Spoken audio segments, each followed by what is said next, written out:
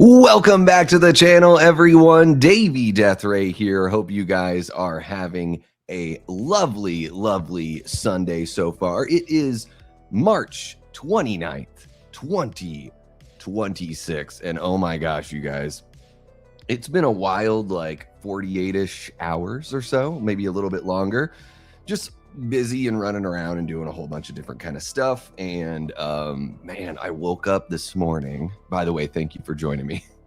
I woke up this morning feeling like I drank the whole friggin' bottle. And if you guys have been paying attention over the last almost 8 months, I haven't had a sip of alcohol since it was August 5th was the last time I drank. So yeah, I just really weird. I just felt like, I don't know if I didn't get enough water, or sometimes here in the Phoenix area, it's like if you don't get enough, or you're in the desert, if you don't get enough electrolytes, you can wake up feeling like that. So I'm just sort of just shaking off a little bit of the baddies and raring up to hang out with you guys, and not only hang out with you guys here this afternoon or mid-evening for you folks across the pond out in the UK, but we're also doing a stream here later on this evening. So 8 p.m.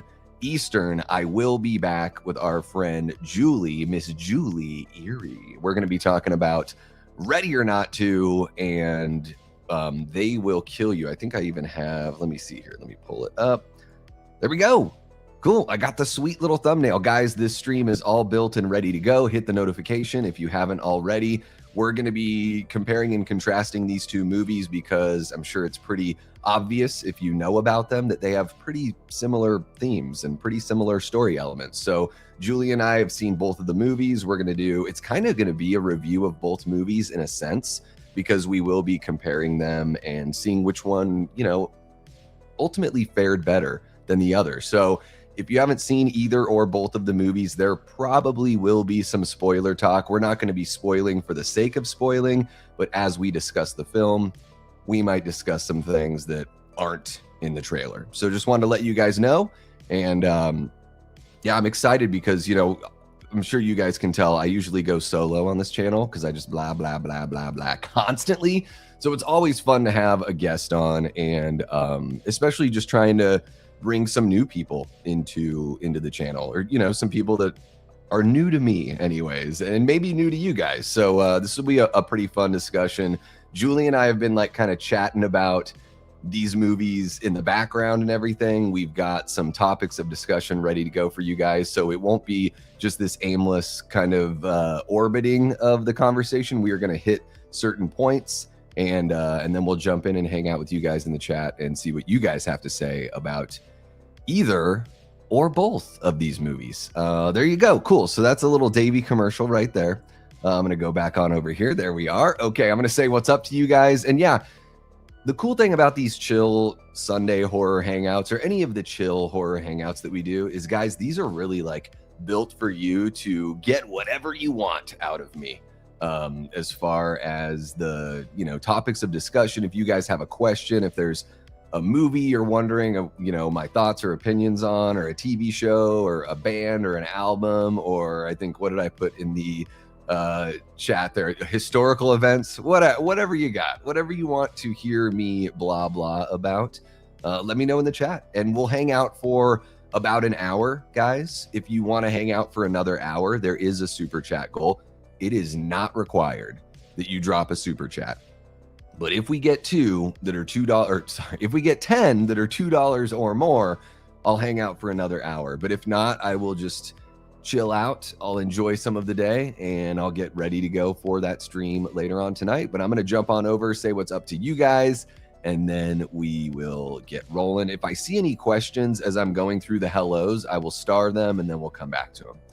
We got Lamontre Gillard hanging out. What's happening, Lamontre? I hope you are doing well. Paula Fitzhenry, how are you doing, miss? Let's see here. I don't know why it split this up on 2 chats. Oh, I guess it just automatically does that on StreamYard. That's very interesting. Okay, good to know. Good to know. What's up, Horror Becomes Her? I almost said becomes here. No, Horror Becomes Her. How are you doing, miss? Welcome on in. Thank you for joining us. One of our great channel members right there. Miss formerly Gigi Kiki Joy. We got Jason from Backtrack Cinema hanging out. What's happening, Jason? Welcome on in, man. Hope you are doing well. I'll Be Right Back is jumping in as well. We got Todd Bound hanging out. What's happening, Todd? So good to see you. Miss Jean Whitacombe. How are you doing, Jean? Always a pleasure seeing you. I hope you're doing well. Hope the weekend is treating you very awesomely. I know it's kind of close to ending, but let's enjoy what is left of that weekend, huh? We might as well. We got Gory Tiger hanging out. What's happening, Gory Tiger? Gory, I don't know if you get the reference every time because I know other people do. Like I think I've heard Garrett from Born to Be Rad do the Gory Tiger, doing the whole Dio thing.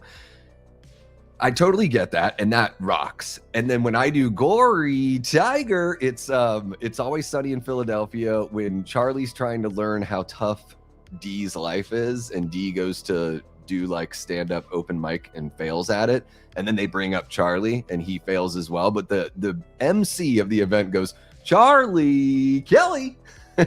So that's where I get your Gory Tiger from.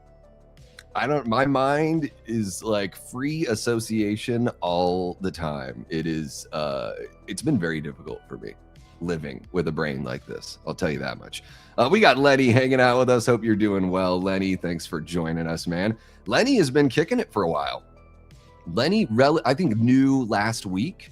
And now Lenny is like the tendrils are starting to wrap around Lenny. Lenny, you're about to get sucked in and you'll be a Death Squad member for life. It'll be great. It'll be great. It doesn't sound as bad as the sounds that I made. How about that? We got Christine hanging out. She says, popping in to say, hey, when I shouldn't be stalling and doing housework. Here's the awesome thing, Christine. Yes, stop in, say, hey, I love that. Make sure you hit the like button, everyone, if you're watching the stream, whether you're watching live or watching after the fact.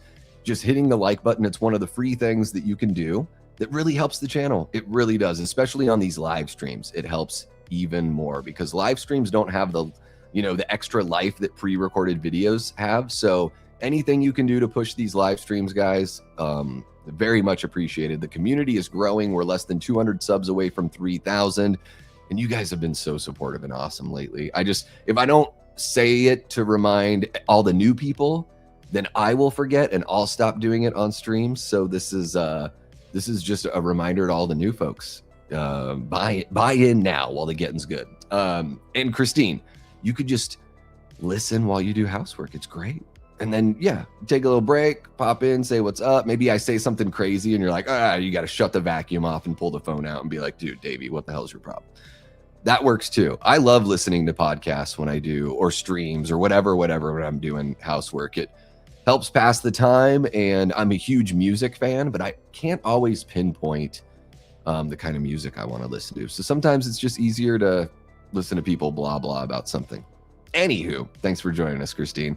Look at that. Todd Bound has become a YouTube channel member. Yes. Thank you so much, Todd. That must have, I don't know, maybe you were gifted one and it had just expired and then you just got a new one, because I swear you were on the membership card. I check those, but I can't obsessively before every stream. I just don't carve out the time to do that. But every couple weeks, I make sure to really go through that list and clean it up and everything. I don't think I'm getting sick. I think it's just one of those things where I live in a very dusty desert. And even when you try to keep up on electrolytes and hydration, sometimes it's not the right balance. And you can just wake up with a headache, because I felt totally great going to sleep. Didn't feel weird at all. This is normally my nap time, so I might be a little slow. No worries, no worries. We got Austin hanging out. What's happening, Austin? Austin has a question. I'm going to get to that here in a little bit. And I just want to make sure I'm saying what's up to everybody. Well, you can, just listen and take care of your dishes and everything. What's happening? Ryan Michael, one of our great channel members and a good buddy of mine. Hope you're doing well, Ryan. Yeah, man, I saw your text earlier. We can play catch up sometime here pretty soon.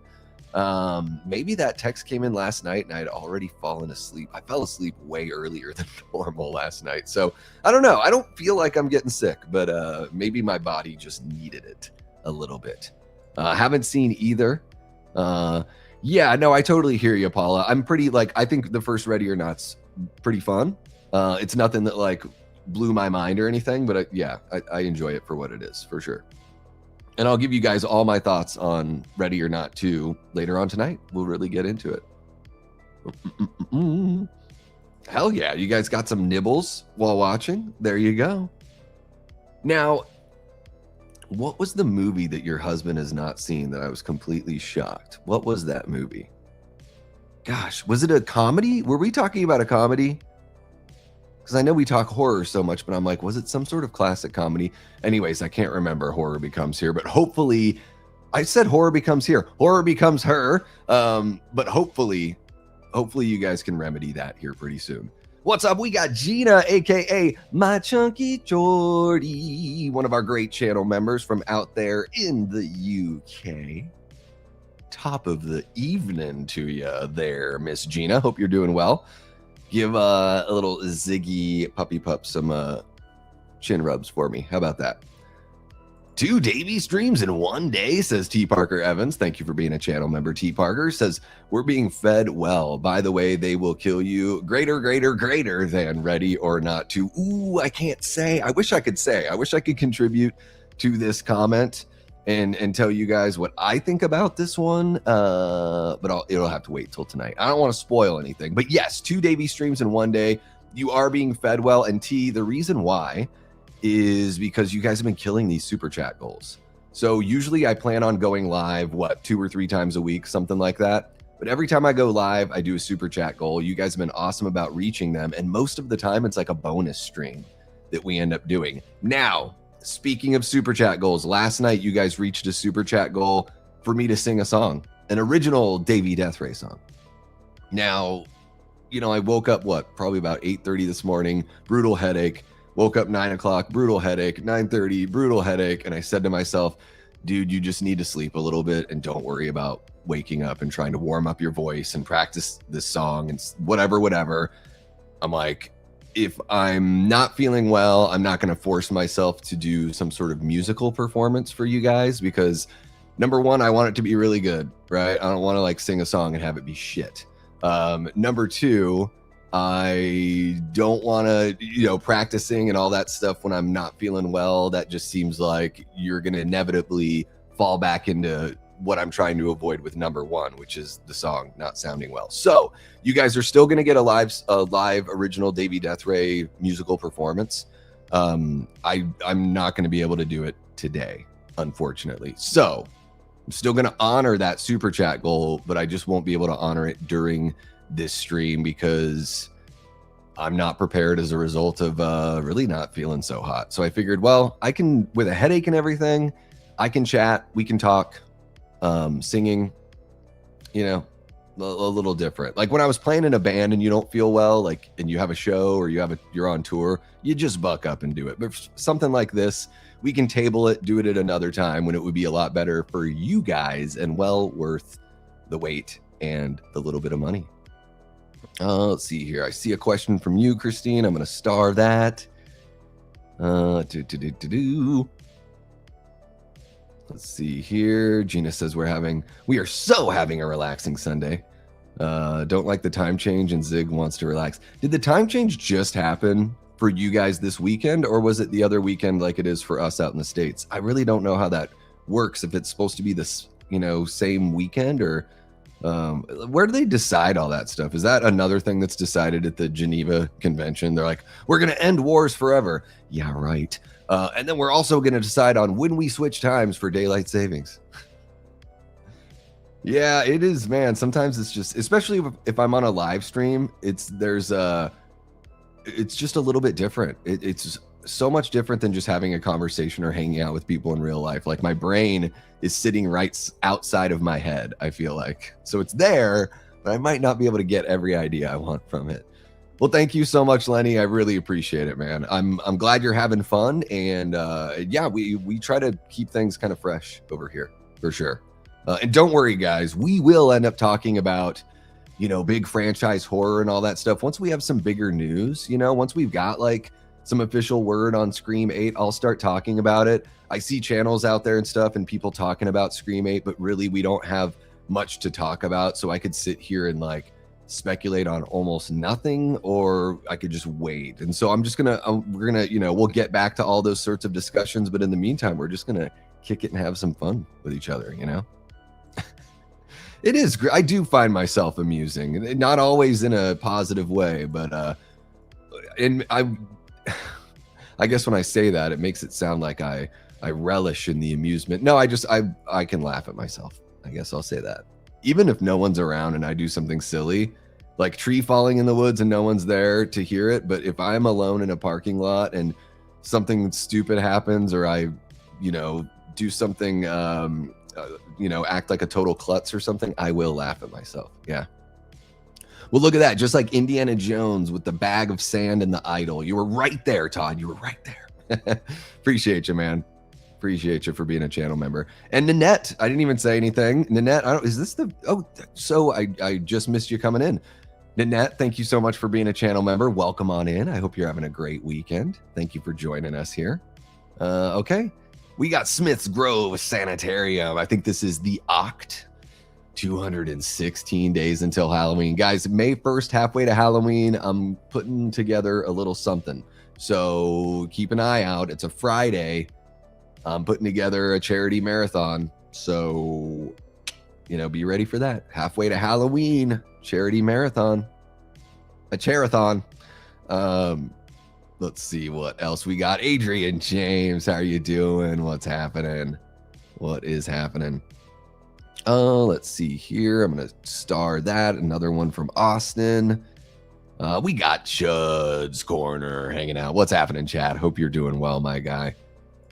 Ryan Michael dropping a $2 super chat says, a double dose of Davey today. It's a good Sunday. That's right. Little double dose of Double D. Double dose of Big Daddy D. Double dose of Big Daddy Deathray. All that kind of good stuff. Hello from across the pond, says Don Keat. How are you doing, Don? Welcome on in. This is exactly why we do these streams, guys. I love seeing our UK folks hanging out. Don says it's my mom's 82nd birthday today. Hope you're well. Well, happy birthday to Don's mom or mommy or mommykins or mama or ma, whatever you want to call your mother, whatever accent you got. Happy birthday to your mother, Don. Hope she's having a good one, and I hope you guys are had a great day as a family. I don't know if you're still hanging out because I know it's in the evening for y'all, but I hope you all had a very sweet birthday hangout for your mom. Oh shit, dude, you were part of the Guinness Book World Record. The Michael Myers, 254 Michael Myers is now the record. I am tempted to break that this summer. I just want to, because it was so far away. What, they did in Massachusetts? You can't do it in Illinois, which is where fictional Haddonfield is. And it's also in the middle of the country. So it's easier for a lot of people to get there. Come on, y'all. I don't know why they did it in Massachusetts, but I'm sure they had some sort of reason. I'm really pumped that you got to go there, Smith's Grove Sanitarium. But we're doing, they have Mad Monster here in July. And I'm it would be pretty cool to try to get more than 250 Michael Myerses together for Mad Monster here in Phoenix. And you could, if you put out the word right now, and people, even if they were planning on cosplaying as something else, if they showed up with just at least a mask, right? I don't know. Might be able to do it. Is that a crazy Davey Deathray idea, or is that an idea that I should try to immediately beat that record a few months after it's set? I think that would be kind of funny and kind of fun. All right, we got Steph hanging out with us. What's happening, Steph? Welcome on in. Yeah, I know it's just, I guess it's strange to me, unless it was part of some bigger, was it a film festival or something they were doing out there? I find it very strange. I mean, even Haddonfield, New Jersey would make more sense, but to put it in the middle of the country, and again, Illinois is where Haddonfield is, would have been kind of cool. All right, so I think I'm all caught up saying hello to everybody. Let me just make sure I have not missed anyone, and then we will get into some questions that you guys have. I appreciate that, miss. Yeah, I just wanted to, I don't play music regularly anymore, so I'm not I don't practice regularly. So I want to be able to, my idea was okay, I'll wake up in the morning, I'll warm up my voice, I'll be able to run through the song a handful of times, or at least a few times, and feel pretty good about it. and that just wasn't in the cards. Yeah, just not in the cards. However, Jigsaw, I haven't seen Jigsaw jump in yet, and I do want to make sure that Jiggy is there for it because Jigsaw was a big part of reaching that super chat goal. So I thought to myself, you know what, if I can't do it in the middle of the day on one of these early streams, I could do it on a nighttime stream sometime, and then more people would probably be there to watch it. Although we do have 26 people hanging out. Guys, if you're watching right now, hit the like button, subscribe if you haven't already, hit the notification bell, all that kind of good stuff. If you're watching after the fact, hit the hype button. It really does help out the channel. All right, let's see here. I'm doing well, other than my headache is dwindling away right now. But I woke up I woke up feeling fine other than that. Yeah. And I hope you feel better soon. Well, I always recommend when you're feeling sick, sleep as much as possible. Ah, gotcha. Yeah. So 6 months, I have 2. Yeah, exactly. Well, I'm glad you picked up on that. So this tells me that the Oct/Smiths Grove Sanitarium, really pays attention to my streams. Yeah, you know what? We just had a little funny, weird thing happen the other night in a stream, and somebody didn't like the way that I handled it, and so they unsubbed from my channel with like 8 accounts, because all of a sudden my they were like, all right, well, I'm leaving, and then boom, I was like, oh, so you have all these dummy accounts? Like, don't get me wrong, guys, I hear you. Some people have multiple accounts for very good reasons, but I would rather have like subscribers that are actual real people than like find out, oh shoot, like half of my subs all have like 5 or 6 accounts, so I don't even have that many subs. I'm a total fraud. Oh look, and Jigsaw is there. What's happening, Jiggy? Dropping a $2 super chat. Yes, happy Sunday fun day to you there, sir. Or madam. I don't even really know. With Jigsaw, I don't even know. I'll just stick with Jiggy, and I'll just assume Jiggy is a dude because my analytics tell me that it's 90-10. Although when I jump into a live stream, it's like 50-50 chicks and dudes. So I don't even know. Ladies like it live. We got Ryan Michael dropping a 199. Says, Davey, let's do it. We have extra masks. Yeah, I know. I've got like 9 of those masks. How many do you have, Ryan? I've got, okay, let's see. Let's actually do the count. The original Halloween 2, Curse, Rob Zombies, 18 kills, ends. Is that it? Do I just have the 7? I thought I had 9. Why did I think I had 9? Maybe I'm missing one. I don't have 4. I don't have 5. I don't have Resurrection. I don't have H2O. And I don't have Halloween 2. Okay, well, there it is. 7. I got 7 masks. Okay. So I can help 6 other dudes dress up as Michael Myers, depending on their head size. Yeah, it's a little bit of a punk rock song, but it's also, I'd be playing it on an acoustic. So yeah, definitely punk in approach and everything like that, for sure. Hacks East. Yeah. Okay. I remember it being part of some sort of, convention. Paula, I see your question. I'm going to star that. And holy cow, super tenor. Our guy, Aaron, has been a channel member for 9 months. Thank you so much, Aaron. Really do appreciate you, bud. Yeah, there you go. We have the same amount of masks. How about it? Man, we are such nerds. 7 masks, so that's like almost $700 worth of silicone, right?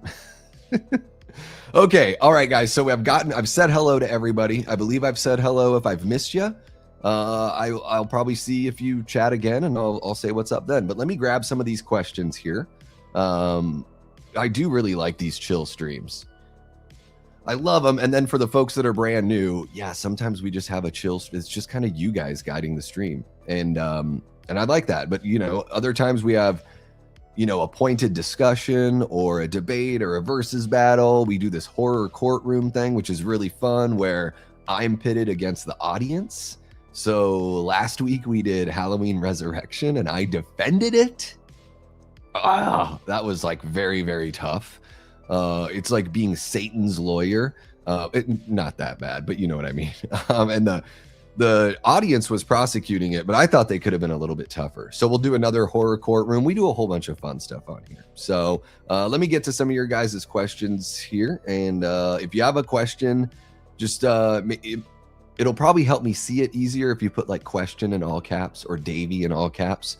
Then I'll know that it's actually meant for me and it's not just like a cross chat kind of thing. Horror becomes her, or horror becomes here, for whatever reason, like I keep on wanting to say, says, I just finished American Mary, first time watch about an hour ago. If you've seen it, thoughts? I have not seen American Mary, but it sounds very familiar. It's like, I feel like I can vaguely picture the cover, like the artwork in my head. Yes. Okay. I know it. Yes. Yeah. The woman in like the butcher, what is it? Like what's that material? Kind of like a vinyl apron on. Yeah. It's Catherine Isabel. I was wondering, I was like, she looks familiar, because it's funny. She's got this look where like, I don't necessarily like recognize her. Like she looks to me pretty different in Freddy versus Jason than she looks in Ginger Snaps. Like she's just got this, I don't know. She's got a pretty unique look, and she's got like a round face. You don't really see that necessarily that much. Wow, Jen and Sylvia Soska, so twins, and then Maria Soska, which I'm guessing that is their dad. So this is a small picture, I'm guessing, but it's on Tubi for free, so I can watch it for free, and I can avoid commercials because I have the Brave browser. So I've not seen it. Horror becomes her. But what do you think? Do you recommend it? Is it something I should check out? I mean, it's got a 6.2 out of 10 on IMDb, which honestly, for like a horror movie, I would say is pretty good. Austin says, are you interested in musical theater analysis? I have a video I was going to send you. I think you will enjoy. I don't know, like analysis, some of it might go over my head, but I'm really into, like, anytime I watch any sort of art, or like anytime I look at any art or watch like performance art, like music or theater or film, I'm always kind of analyzing it. So yeah, I guess it depends on the musical theater. Like if I'm familiar with the play, I would definitely be more interested, and I'm not familiar with a lot of plays. It's a very small amount of musical theater that I'm really aware of. I grew up in Juneau, Alaska. I wasn't exposed, or like didn't have the ability to like go see, Broadway or off Broadway musical theater.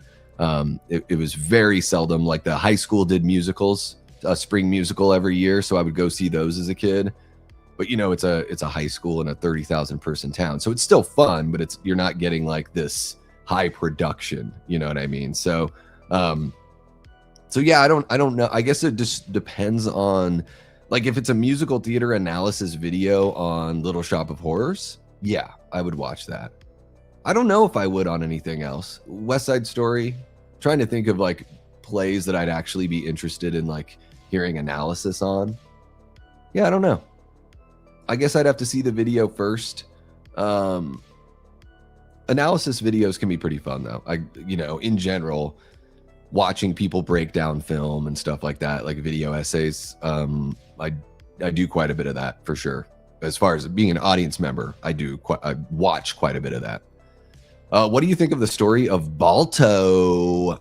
Balto is the dog. Is it based on the dog that would deliver the medicine? Let me look it up because I just want to make sure I've got it all right. Yeah, helped save children infected with diphtheria in the 1925 serum run to Nome. Yeah, I don't know. Is Balto so there is in Juneau, there is a statue. They've got a statue of a dog that's like a local hero up there in Alaska. Now, it could be Mandela effect that I just think it's Balto. Maybe there's more than one famous dog that like ran, medicine. Let me see here. Juneau, Alaska dog statue. Patsy Ann. Okay, so here we go. So it's different. It's different, but it's cool. Okay, so Patsy Ann, famous dog, because I should share this image with you guys. Patsy Ann, a bull terrier who came to town in 1929, is Juneau's most famous dog. Her remarkable life is celebrated in a sculpture of her likeness, which sits on the downtown cruise ship dock, not far from her final resting place in Gastineau Channel. Yeah, so the Gastineau Channel runs between Douglas and Juneau. Douglas is an island that's part of the city and borough of Juneau. So they must have put her ashes or, put her remains there. Patsy Ann's activities were recorded by Juneau's daily newspaper. She wandered up and down the aisles of the Coliseum Theater during musical performances. She stopped by local shops for bits of food and her favorite candy bars, and she left her paw prints on a newly paved sidewalk on South Seward Street. Juneau Mayor Goldstein dubbed the bull terrier, quote, official greeter of Juneau, Alaska in 1934. Although she was deaf from birth, Patsy Ann had the ability to hear steamship whistles long before they came into sight and never failed to greet a ship. Although she died in 1942, Patsy Ann's presence is still felt, as a statue of her was placed on the cruise ship dock to officially welcome the hundreds of thousands of visitors who arrive in Juneau on cruise ships, as they would have in the 1930s. Now, I didn't know the cruise ships were going that far back. But yeah, guys, there were days when I lived in Juneau so keep in mind the town was like 32,000 people when I lived there. There were days where 35,000 people came in, like on multiple cruise ships. So you have a town that's population is doubled, and half of those people are tourists. So it's a crazy tourist town. I had no idea the cruise ships were operating in the 30s, though. That is wild. So I'm aware of the story of Balto just as much as like any other kid would be, and especially growing up where I grew up. The Iditarod is based on, I think it might be based on that run that Balto did, right? So the Iditarod is this race they do every year, but it's based on sled dog racing to run medicine and goods. So it's got this historical context to it. I didn't watch the movie Balto. Let's see, what year was it? 95? Yeah, so I was like 13 when it came out. So it was really like the kind of thing that I had stepped out of really having interest in like animated kids movies at that point. So I totally missed it. Yeah. Does anyone here consider Ghost to be a gothic horror romance? Because it gets creepy at times. I would say it's not a horror. It's it's like The Crow, but without any teeth, I guess. It's a very similar story, isn't it? Kind of. Like he doesn't turn into a vigilante, but it seems to be like somewhat similar. Yeah, I wouldn't say it's horror, though. I'm trying to think if it gets creepy at times. I mean, I know there's like violent elements, but yeah, I would say it's a drama romance. Yeah, that's what I would say.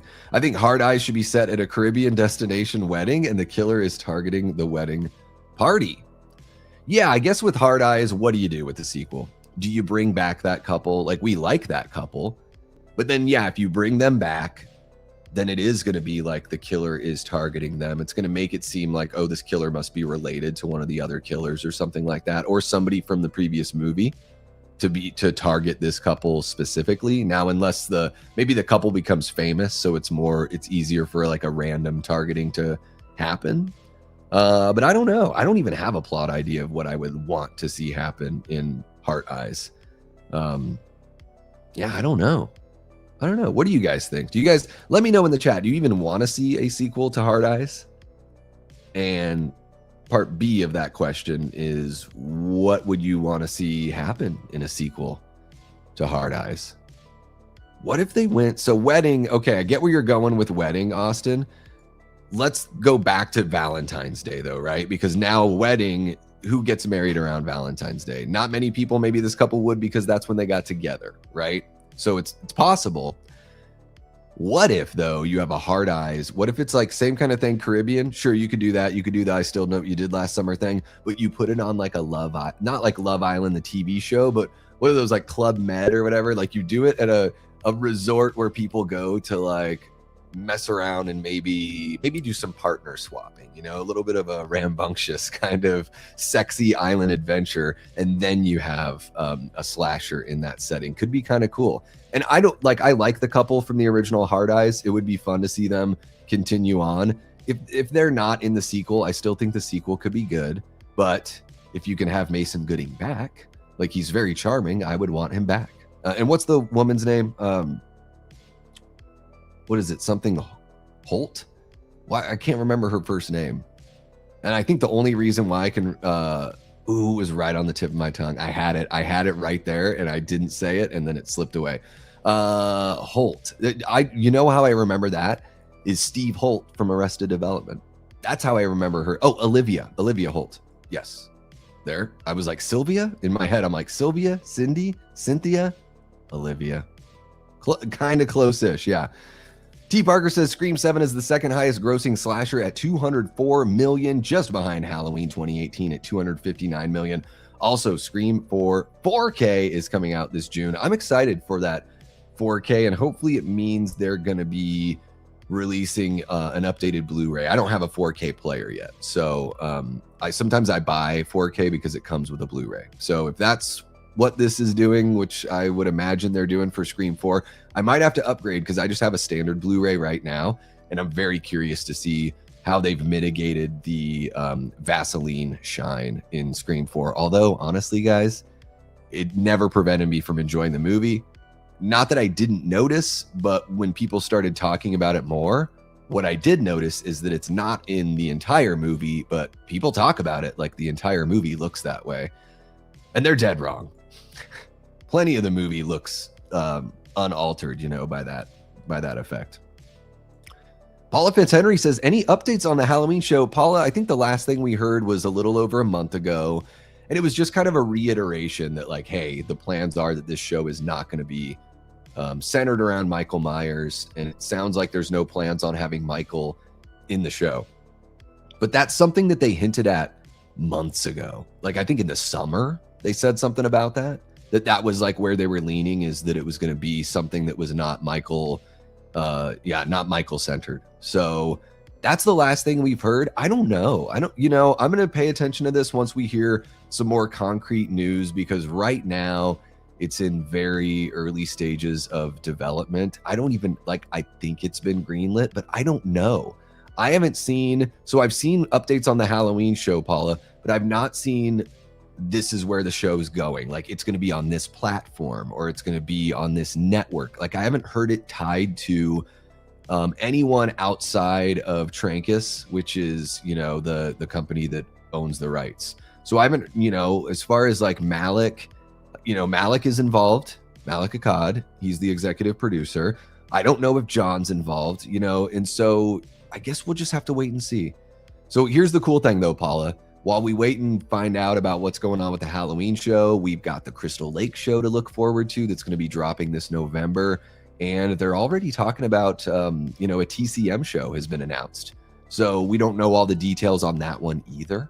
But I'd imagine that the TCM show and the Halloween show may be releasing around the same time. I guess we'll just have to keep our eyes on development. But also in the meantime, Paula, we've got the Halloween video game coming out in September 8th. So keep an eye out for that. Have y'all seen the cereal griller soap from Old Spice? It's Friday the 13th themed and smells like marshmallows, apparently. I have not heard of the cereal griller soap, but I'm going to look it up right now. Cereal griller soap. Oh, okay. So they've got it in body wash form. I use Old Spice body wash, so I might have to check this out. That was like a smiley face. Oh, it's like a hockey mask, but it's cut away here. So, okay. I'm just looking at the cover right now. Tons of marshmallows there. Limited edition. All right. I wonder if I can get it from Amazon. Maybe I can. Okay. Let me jump on over. Oh, there we go. There we are. Super Tenor dropping a $2 super chat. What's happening, Aaron? Thank you so very much for dropping the super chat. Thank you so much for being a channel member as well, man. $1.99 from Ryan Michael. Just don't ask how many Chucky dolls I have. Yeah, I don't have any of those, but man, that's where my crazy horror fandom started pretty much with Chucky. Like, I got a My Buddy doll because I loved Child's Play so much. That's the kind of sicko I am. Thank you for the $1.99 there, Ryan. Rick B. Jammin dropping a $10 super chat. Holy cow, Rick, thank you so very much. Says, hey, Davey, I hope all is going well with you. I have a question for you. What is your day job? Wouldn't you like to know? Rick, I am a sales producer for insurance. So I sell home, auto, I do umbrella. Guys, I sell insurance in Washington, Colorado, and Arizona. So, right? Yeah. Washington, Arizona, Colorado. Maybe some other states are going to open up. But if you live in one of those states and you want to see what we could do for you, I work for they call it a non-captive agent. So a lot of agents can only quote you for the product they have. Allstate quotes Allstate. And they've got like a sister company that's like a tier lower that they can quote, but it's all tied to Allstate. Whereas the company that I work for, we can quote all over the place. So I can drop your info in and get like 8 quotes for the home or the auto, you know, so we can be a little bit more, we have a little more wiggle room before we like run into that brick wall. So if you live in Washington, Colorado, or Arizona, and you just want to see what's out there, you can hit me up with a DM. Hit me up with a DM. I can pretty much work whenever. So even if you want to get a policy going today, we can help you out. So yeah, that's what I do for a day job. And yeah, it's pretty all right. I mean, it really puts a fire under your butt because it's commission. So there's that. Some months are leaner than others. But you know, I do YouTube as a side hustle, and God willing, somewhere way down the line, it would be amazing if this could be my day job. I mean, I do put quite a bit of time into this, and it would be amazing to be able to put even more time into it and have it be the thing. But we'll see. Maybe we'll get there. Maybe we'll get there one day, guys. And Rick, thank you so much for the $10 super chat, man. Very generous. Thank you so very much. Anytime I see a yellow or a red, I'm like, oh, who's throwing down the big money? Really do appreciate it, man. Jigsaw dropping a 2. Let's rock number 5. Number 5 is alive. How about it? Mambo number 5. Thank you so much, Jiggy. Horror Becomes Her drops a $2 super chat. Says, ever been on a ghost tour or in a haunted hospital? I have not. Man, I would be so scared on one of those things, but I've never seen any like spirits. I don't know, like some people, maybe they've got like some sort of special vision. They can see part of the spectrum, the light spectrum that I can't. Or maybe there's just certain people that are like blessed with the gift to, you know, see this kind of stuff. I don't know. I've never had that experience, and maybe blessed is the wrong word. Maybe it's not always very fun. But yeah, never done a ghost tour, never done a haunted hospital. If I were in like a big group and it was like a guided tour, I think I would be okay with it. I don't do well in like haunted houses even, and I know those are fake. So like a fake haunted house, I don't like that kind of stuff. People jumping out and surprising me. I'm not a fan. Not a fan of that stuff. I like scary movies because there's a screen that protects me. So anything can happen on the screen and I know I won't be touched. And it's not that I fear touch, it's that I fear being grabbed by a stranger in a haunted house. You don't know what these fucking people are going to do. And then I don't know what I'm going to do. What if I like swing like out of whatever reflex? I don't know. You know, it's like the Verve Pipe song, you know, I can't be held responsible. All right. I can't be held responsible. He was touching her face. We got Ryan Michael dropping a $4.99. Thank you so much. Ryan says, I can't wait for the Halloween game. I stalk people as Michael Myers in Dead by... Oh my. So I thought the sentence was going to be like, I stalk people as Michael Myers in real life, and I need an outlet because the police reports are starting to pile up. No, but Ryan actually said, I stalk people as Michael Myers in Dead by Daylight. Okay. But I need more. Yeah, I think the game is looking really good.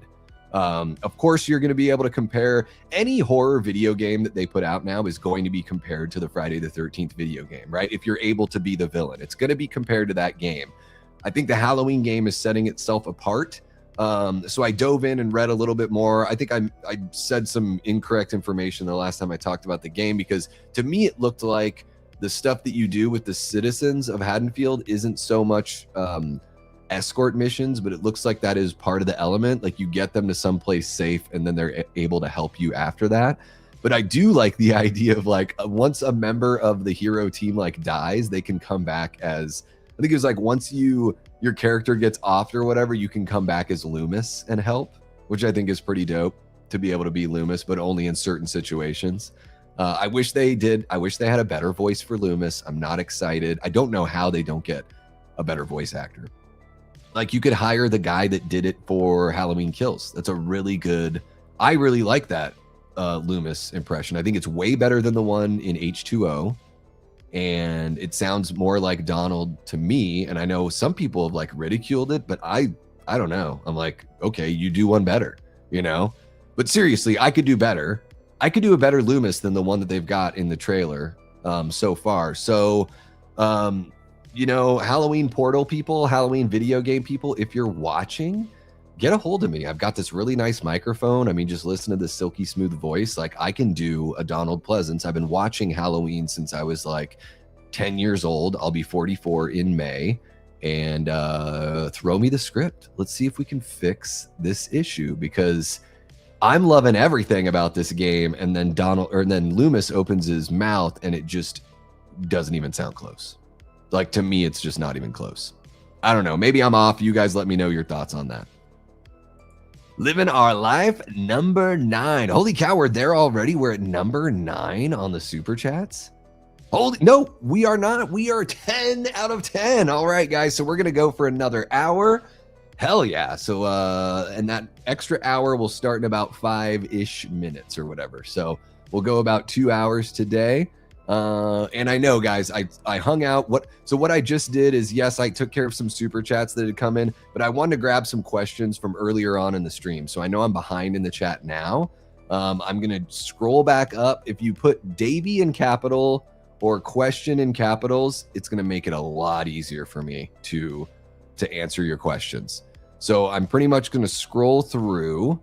He's seeing good things about American Mary here. All right. Is it pretty brutal? Well, I mean, Catherine Isabel is really solid, so I would be interested in watching it just for her performance, because I think for an actress that never blew up, I think she's pretty good. I mean, Ginger Snaps is really good. No joke. I'm not even a werewolf guy, but oh my God, Ginger Snaps is really good. And the practical effects and the ambition in what they do with the practical effects is super solid in that movie. Very, very awesome. Okay. Favorite of Ben. I cherish Ben Grimm's taste in movies, because I'm not saying that Ben and I have, like, we're not obviously, you know, lockstep on everything, but Ben has this appreciation for, not everyone has an appreciation for movies that are like gritty and, you know, grimy and, you know, a bit off center. I get the feeling that Ben really does, and I share that affection for those kinds of movies, like Blood Beat, which I bring up almost every time Ben drops in. Because if you recommend a movie like Blood Beat, yeah, I'm gonna remember that one forever. Because I fucking love that movie. Okay, well, can I say I loved it? I only watched it once. I need to watch it more, but I really, really enjoyed it. Okay, let's see what else you guys. So American Mary is getting tons of love. Okay, so I will put that one on the list. Austin, I see your question. I'm just gonna scroll through and let's see here. Davey Deathray field trip to a haunted asylum. Oh my gosh, that would be wild if I did. And there are little like haunted towns and like ghost towns here in Arizona. So I could go to like haunted areas, and I think there's haunted hotels, but they're a bit of a drive away. So guys, we could do something fun where I like go to some of these locations and try to do live streams. I don't know what the, you know, service and all that would be like in some of these isolated areas. But it would be a bit of an expense to get out there and all that stuff and do that. But we could look at doing some kind of adventure-y sort of things here on the channel.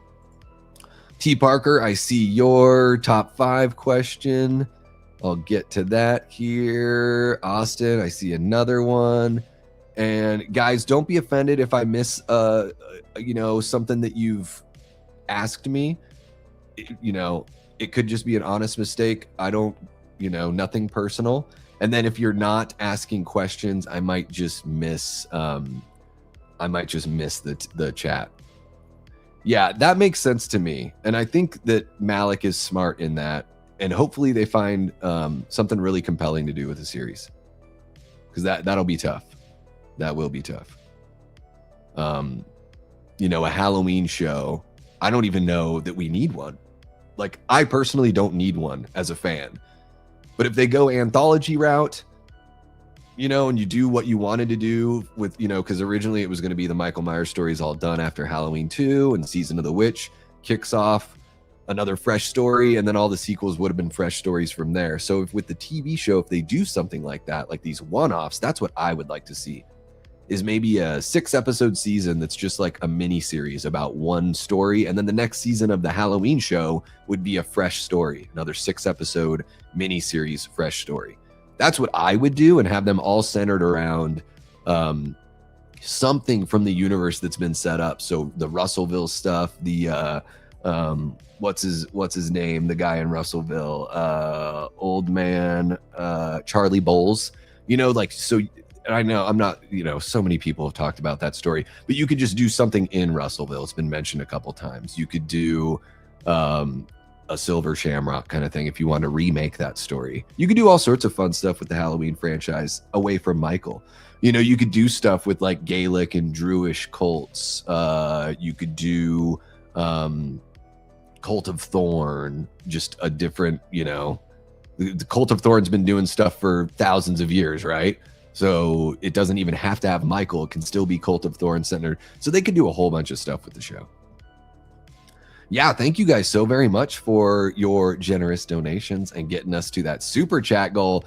Again, it's never an obligation.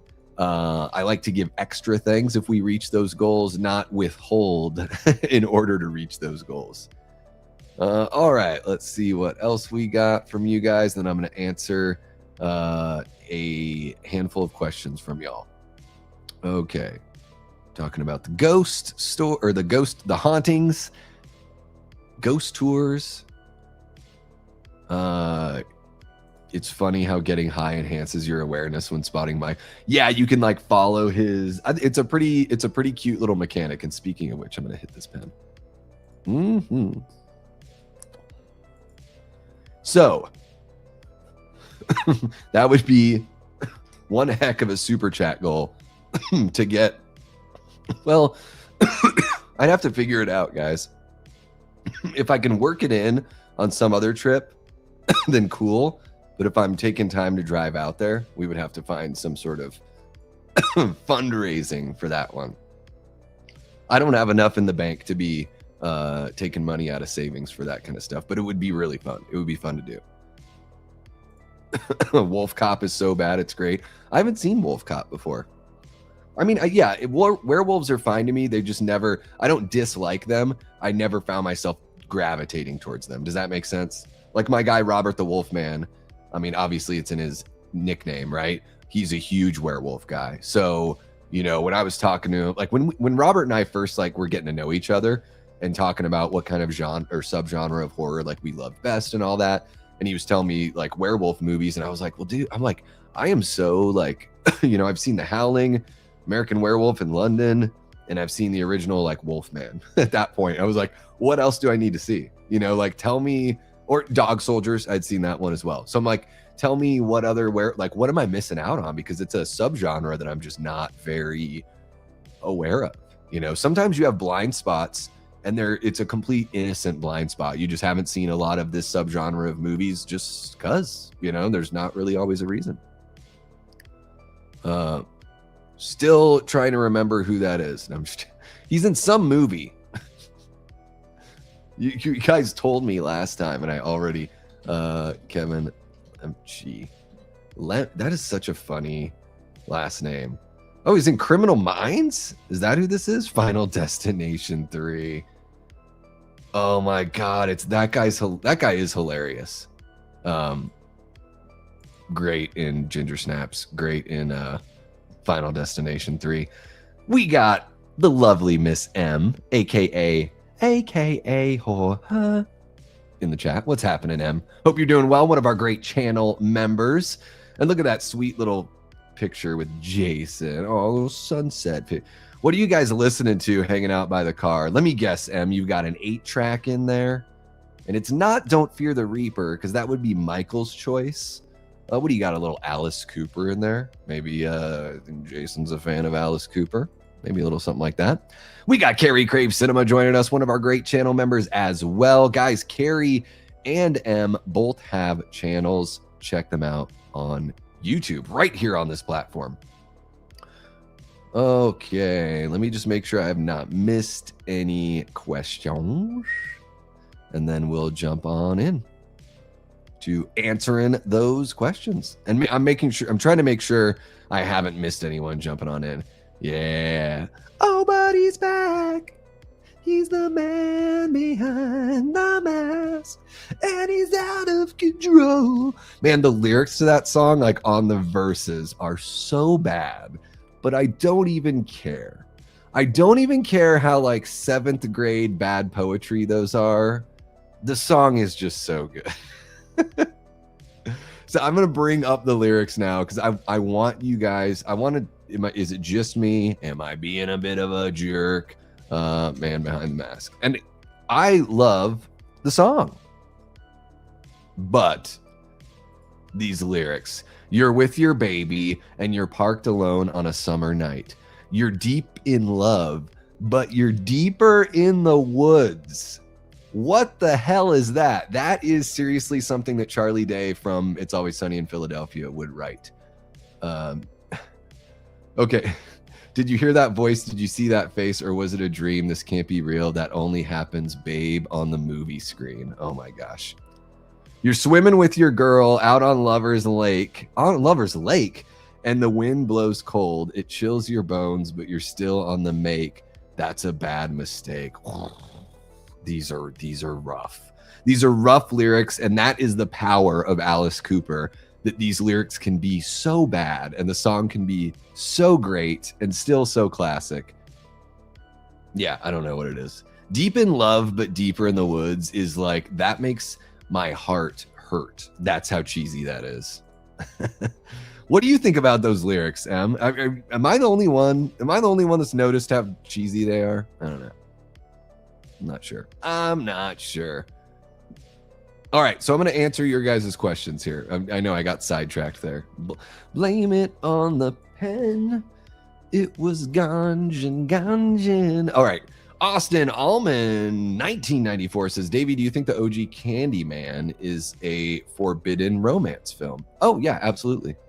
Yeah, I mean, the whole reason why he is, supernatural, what do you want to call him? Revenge entity or justice? An entity seeking, he's clearly seeking justice for what was done to him, which is one of my favorite, a haunted house movie I love when, and so Candyman falls into a couple categories, right? I don't really think of it as slasher because it really is about that supernatural, and the sexual and the romantic elements are like super huge. And then of course you've got the,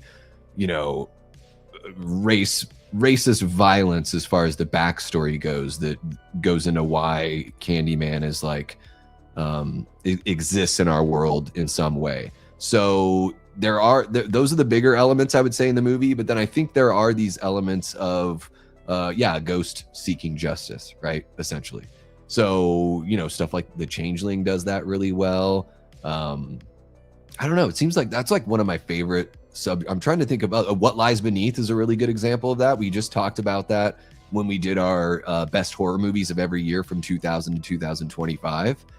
So yeah, very classic kind of storytelling mechanism in horror. But yeah, OG Candyman, forbidden romance film. Yeah. I mean, that's the whole point, right? I mean, the reason why he was killed in his life is because he had a forbidden romance. And then even with what's her face?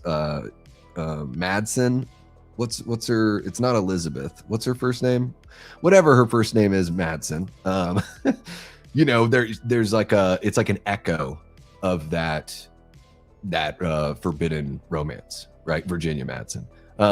So yeah, You're dead on about that. Absolutely. I think Candyman's super strong. It's also like a folklore kind of story. So Candyman has got a lot of elements going on in it, for sure. I need to watch that one again. It's been a really long time since I've seen it. But I really enjoy it. I don't think I've ever seen the sequels. Maybe I've seen the first sequel. That's possible. But I never saw the remake either. I don't know. Is the remake like, is it worth watching, or is it just like, okay? Like, dude, you got to see the remake, or like, you don't need to.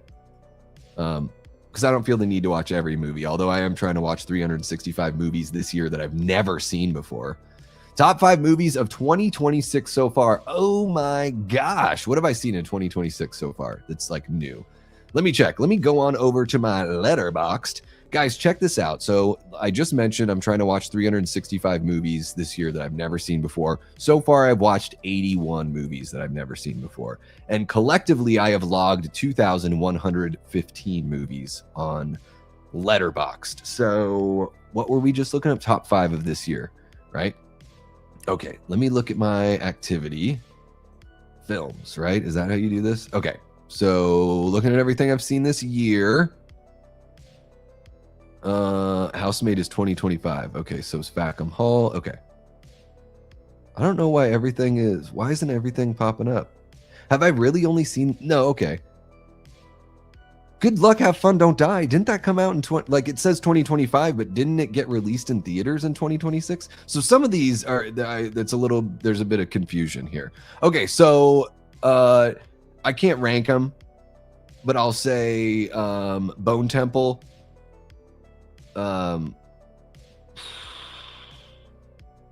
Gosh, sorry guys, I'm just looking back again because like Primate came out. Okay. And Fackham Hall. Okay. I feel like I saw Housemaid in January, but I guess not. Bone Temple is in there.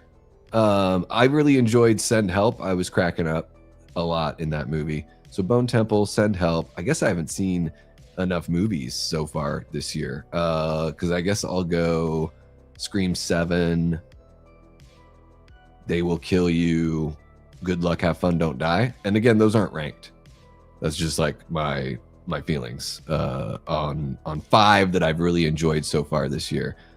It seems like I've seen more this year, but I guess that's got to be right. There's some that I just missed out on, guys. Like I did not see The Bride. I didn't see Dolly. So just with how busy I've been, I haven't been able to see everything under the sun, unfortunately. But there you go, T. I got you an answer. Davey, have you seen Curtains, the 80s slasher with the ice skating? Yes, I have. It's got the guy that's the dean from Animal House is in there. I'm forgetting the actor's name right now. And then it's got what's her face? Lynn Griffin from Black Christmas is in there, and she's really good here. Like she has to act with some range, and not all of the performers do. The thing with Curtains is there's a lot of copies out there that are really dark. So if you can watch a newer copy of the movie, maybe they've done a restoration. I've only watched it online. I don't have a physical copy. I would imagine that movie's been restored. It might even be out on 4K for all I know. But most of the copies that you're going to find out there, if you're just like searching randomly, some of them can be really dark. So search around, because you want to be able to see what the hell's going on. But I thought Curtains was just like, all right. You know, it's got a couple moments that are pretty cool, but it's just okay as a slasher. It's at the very early days of all that stuff, so they didn't have everything figured out yet. But they have a bunch of beautiful women. So, yeah, there you go. And man, Lynn Griffin, really good. Like, really, she doesn't have a lot to work with in Black Christmas, right? She's just really only in the first, like, 5-10 minutes. But she's really solid in Curtains. She's in much more of Curtains, so you really get like a full performance. Ben says, which characters would you bring back for a TCM show? Stretch and Lefty are 2 of my favorite characters from the franchise. Yeah, so Ben, I'm a weirdo when it comes to TCM. I finally just finished the franchise. Like I had a few movies. So in the last like week, I watched Texas Chainsaw Massacre 3, Leatherface. I watched Texas Chainsaw Massacre: The Beginning, which is the prequel to the remake. This franchise is really fucked up. And then I just watched the Leatherface movie from 2017. So those were the 3 in the franchise I hadn't seen yet. So I just wrapped those up. Honestly, I would just bring back like the family. I would, and then I guess if you're going to make this a TV show world, you do have to like, you got to grow in some way the town that they live in. And so what stretches in just TCM2, right? Now, how close is where she lives to everything else? Because I guess that's the whole thing. And I'm not the biggest fan of TCM2, so I don't have this like precious connection to Stretch. When I think of TCM2, I think of the movie in the franchise with the most screaming. And so I think of the movie in the franchise that is like the most annoying kind of. But I've only seen it once, and it just put me in a spot where I didn't want to, I never felt compelled to go back again. Nothing against Caroline Williams. Like, I think she's fantastic. I've seen her in a handful of roles, and she's always really fun. I don't know if the movie's really like the style for me, even though I like silly horror stuff. And then Lefty, I'm trying to like, who is Lefty? I don't know. You're gonna have to tell me who Lefty is, because I don't know that name off the top of my head. But I would focus on the family first. You know, like you can have it's depending on how far back they go. Like if they set this thing in the 60s, like I don't know what they're going to do. Like, are you going to set it up in the 60s and then that way Leatherface can grow into who we know him as in the mid 70s, or are they going to modernize the whole thing? Because I guess you could start the show with, you know, the slaughterhouse is about to be shut down or has been recently shut down. They kind of did that in the, in the beginning? Or was it in Texas Chainsaw Massacre, the beginning, they do the whole shutting down of the slaughterhouse and everything. So you could recycle that idea. I don't know, man. It would be really tough. But I would want to see, I don't know if I'm really the biggest fan of like, I guess you got to kind of have a mom character there. I've not seen any of the mom characters in these movies get really make things that uncomfortable. So I would say if you're going to bring a mom Hewitt or a mom Sawyer, whichever name they go with, which I can't believe they haven't figured, this franchise can't even figure that out, and can't even figure out what the hell Leatherface's first name was. Like they use all these in one of the movies in the beginning. I think he's called Tommy, and then he's like Jedediah or whatever. It's just like, what is this guy's name? Like, and I get it, Bubba is a nickname, so I'm cool with some people calling him Bubba and some people calling him a name. What is his name? What is their last name? Anyways, if we have a Mama Hewitt or Mama Sawyer, I want her to be like really fucked up and depraved. I've not seen that enough. So bring that on or get rid of the matriarch, because the first movie I still think does it best and there's no matriarch in there. So I'm like, okay, if we're going to put her in there, let's have her like be the most fucked up one of the bunch. Right? Like that's kind of how that tracks with me. There's got to be somebody that's like puppeteering everyone else. So there's all these shitty people, cannibals and all this, you know, like these people are serial killers essentially. There's got to be someone pulling the strings. It can't be that mom was convinced because they're so crazy. Like, no, we want the psycho coming from mom. At least I do, if she's going to be there. I don't need some half-hearted cannibalistic mom in a movie. It's just not the vibe I'm looking for. Austin says, Davey, asylum field trip for the chat. Well, if you guys want to go out there and text me all about it, then we can certainly work with that. All right, let me jump back on over here.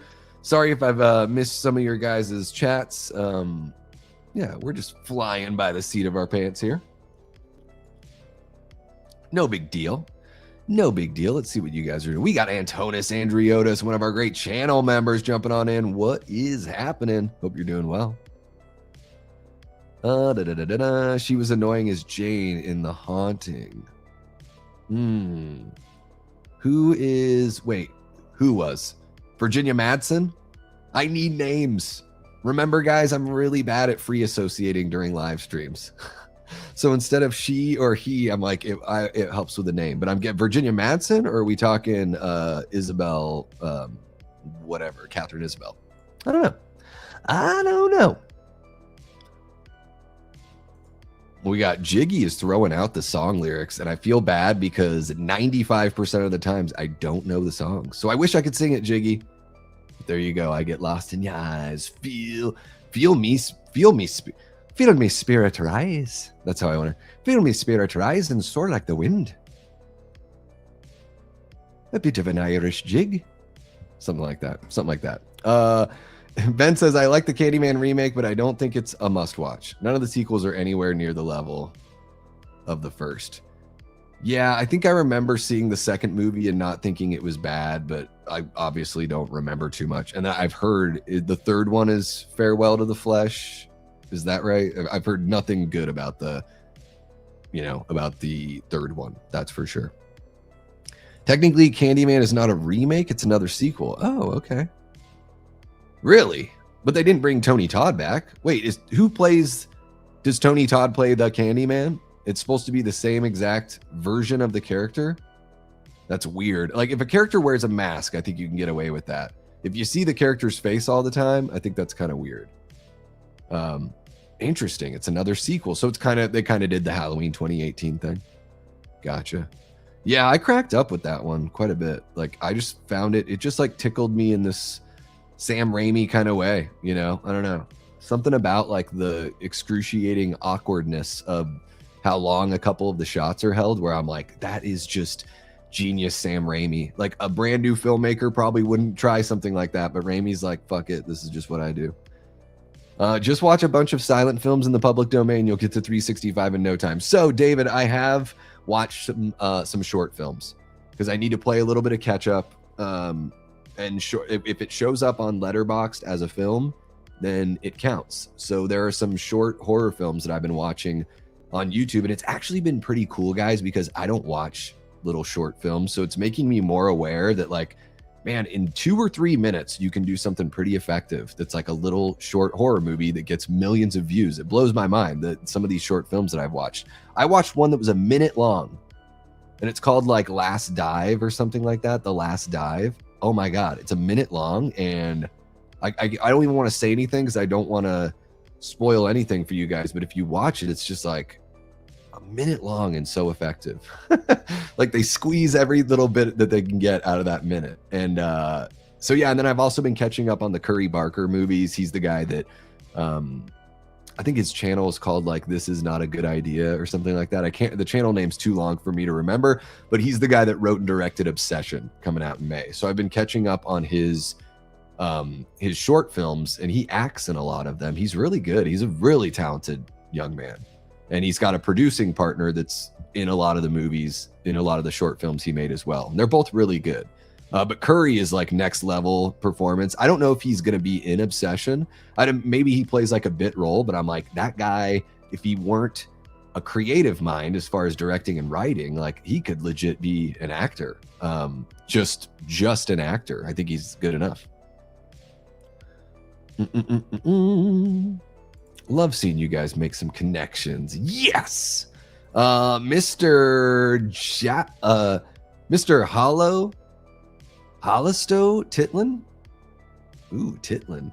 What's happening, Mr. J? I'll just say that. Hey there, Mr. J. I love zombies. Me too. Zombie, one of my favorite subgenres. I mean, George A. Romero is one of my favorite directors ever. So there you go. Oh, there you go. Ooh, Little Monsters is a lot of fun. Yeah, Little Monsters is hilarious, and when you're a kid, it can kind of traumatize you in a good way. In a good way. We got Evil Alex jumping on in. What's happening? Alex says, love the Texas Chainsaw beginning and Jessica Biel remake. Probably my favorite after the first OG, or the first two. Okay, yeah, the remake I think is okay. I think the beginning, it just felt like when I watched, and I just saw it for the first time this last week, I was just sitting there going like, why do I need to know any of this? It just felt kind of boring to me. A lot. The TCM franchise, more than any other franchise, really is rinse and repeat, guys. It is just a very familiar situation over and over again. So with the beginning, all they do is basically, all right, we're just going to take all the elements from the remake, which is pretty much all the elements from the original. We're just going to shake them up and spill them out in a little bit of a different order. And some of that stuff, like, finding out how, Arlie Army becomes sheriff and all that stuff. Like, I guess those are like kind of interesting things. I don't know. I've never been a prequel guy because I don't know why I would be interested in knowing the why and how we got somewhere when we've already seen the somewhere. So I don't need to go back and figure out how we got there. Like it is literally inconsequential because we've already jumped in midstream, and that's all you really need to know for the rest of the story to develop. Now, if you're going to do a prequel because you've built like this huge story and you want to go back and explain some of the stuff before, but when you're just trying to do like, hey, we did a remake and then we're immediately going to jump back into the past. To me, that's like you don't have any ideas, but you really want to make a movie. Like you want to strike while the iron's hot, but you have zero ideas. But I will say this. It was well acted. I think it could have been. So here's another thing. I would have liked the beginning more. It seems like it cut away from a lot of, like it didn't spend as much time on the gore as the remake did. So I was like, oh, it feels like they're holding back compared to the last movie that they just did. So maybe that was a little bit of an element too, that I thought it was going to be a bit more uncomfortable than it ended up being. But some franchises, Alex, they're just like, the cool thing about horror fandom and how big it is like we've all got our different tastes about, some people are like Hellraiser's their favorite, other people can't stand it. There are people that are like me, I'm like a big Halloween guy. There are a lot of people that are like Michael Myers is boring, and like I can understand from certain people's perspectives why they would feel that way. I disagree, but it's like I get what they're saying, And then with TCM, like I really love the original. And I think the remake's probably the second best one in the franchise, at least in my taste, but with me, when I look at TCM, I'm like, that really didn't need to be a franchise. That first movie is so powerful and so unique that every movie they've done in the franchise has pretty much been, for a lack of a better word, like every other movie has been like a reboot or a remake.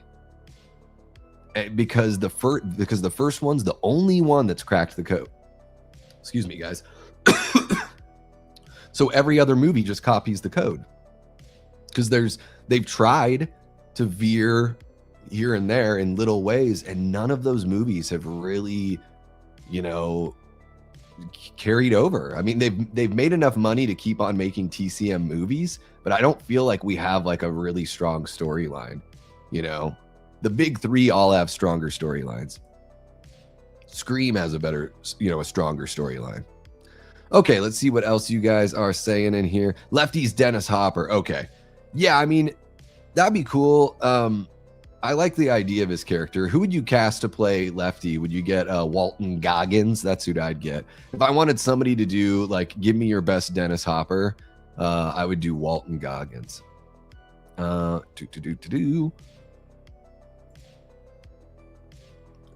And another one that I'm trying to figure out, I'm like, I thought I had a melody for a second, but no, I can't figure this one out.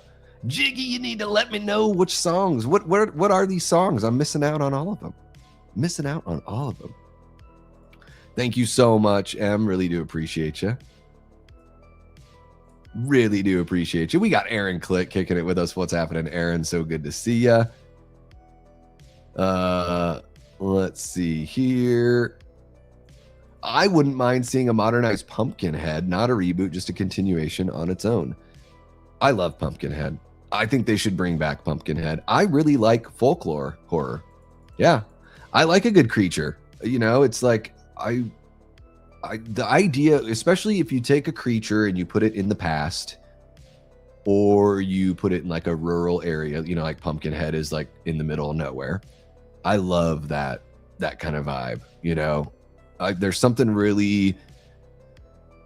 something so human about a folklore story or like a creature kind of story. Tribes all over the globe since the beginning of time have been telling these stories. And then even stuff like crypto, cryptozoological stuff like Bigfoot and all that kind of business. I don't watch a lot of Bigfoot movies, but I do love a good creature feature. Yeah, Pumpkinhead's awesome. Fucking Lance Henriksen, are you kidding me? Shot in the same area where they shot Friday the 13th, the final chapter. Same house. The house where the kids hole up or hold up is the Jarvis cabin from Final Chapter. Maybe Bubba is always a different person as the last one was eaten, giving the new Bubba a different mask. Maybe. I mean, that's a way they could explain it, I guess. The franchise is a mess. And like, that's not even a criticism. It's just like, even if I were the biggest TCM fan, I would be like, this franchise is a mess. And like, we need, like, TCM more than any other franchise needs a brand new foundation to rebuild its home on. Because I just don't even, it's like such uneasy footing, you know? Yeah, I agree. Like, if you have you have a cannibal family and you have a matriarch, like, I think you could make her so scary. I don't know why they haven't done it. They just like, they have a couple moms in these movies that just like sit there, and I guess they participate, but they're just, I want to be like really like flip it on its head. Make the mom the scariest one of the bunch. Why the hell not? Like, I know they've delved into that in other movies, but I just mean within the franchise of TCM, and we want to do something different. Like, let's make her really scary if we're going to put her in there. All right, Andrew Bernarski, probably just Bernarski, right? Yeah, he's a really big Leatherface. He is a beast. I call him lumbering, Alex. Like, when I went back and watched the TCM remake, I was like, man, he is like slow moving. He's not very, doesn't have much closing speed. Still gets it going though. Isn't he in Batman Returns? Doesn't he play Christopher Walken's son in that movie? I think it's the same guy. Yeah, I always figured that was the nickname, but he's got a different name in every movie.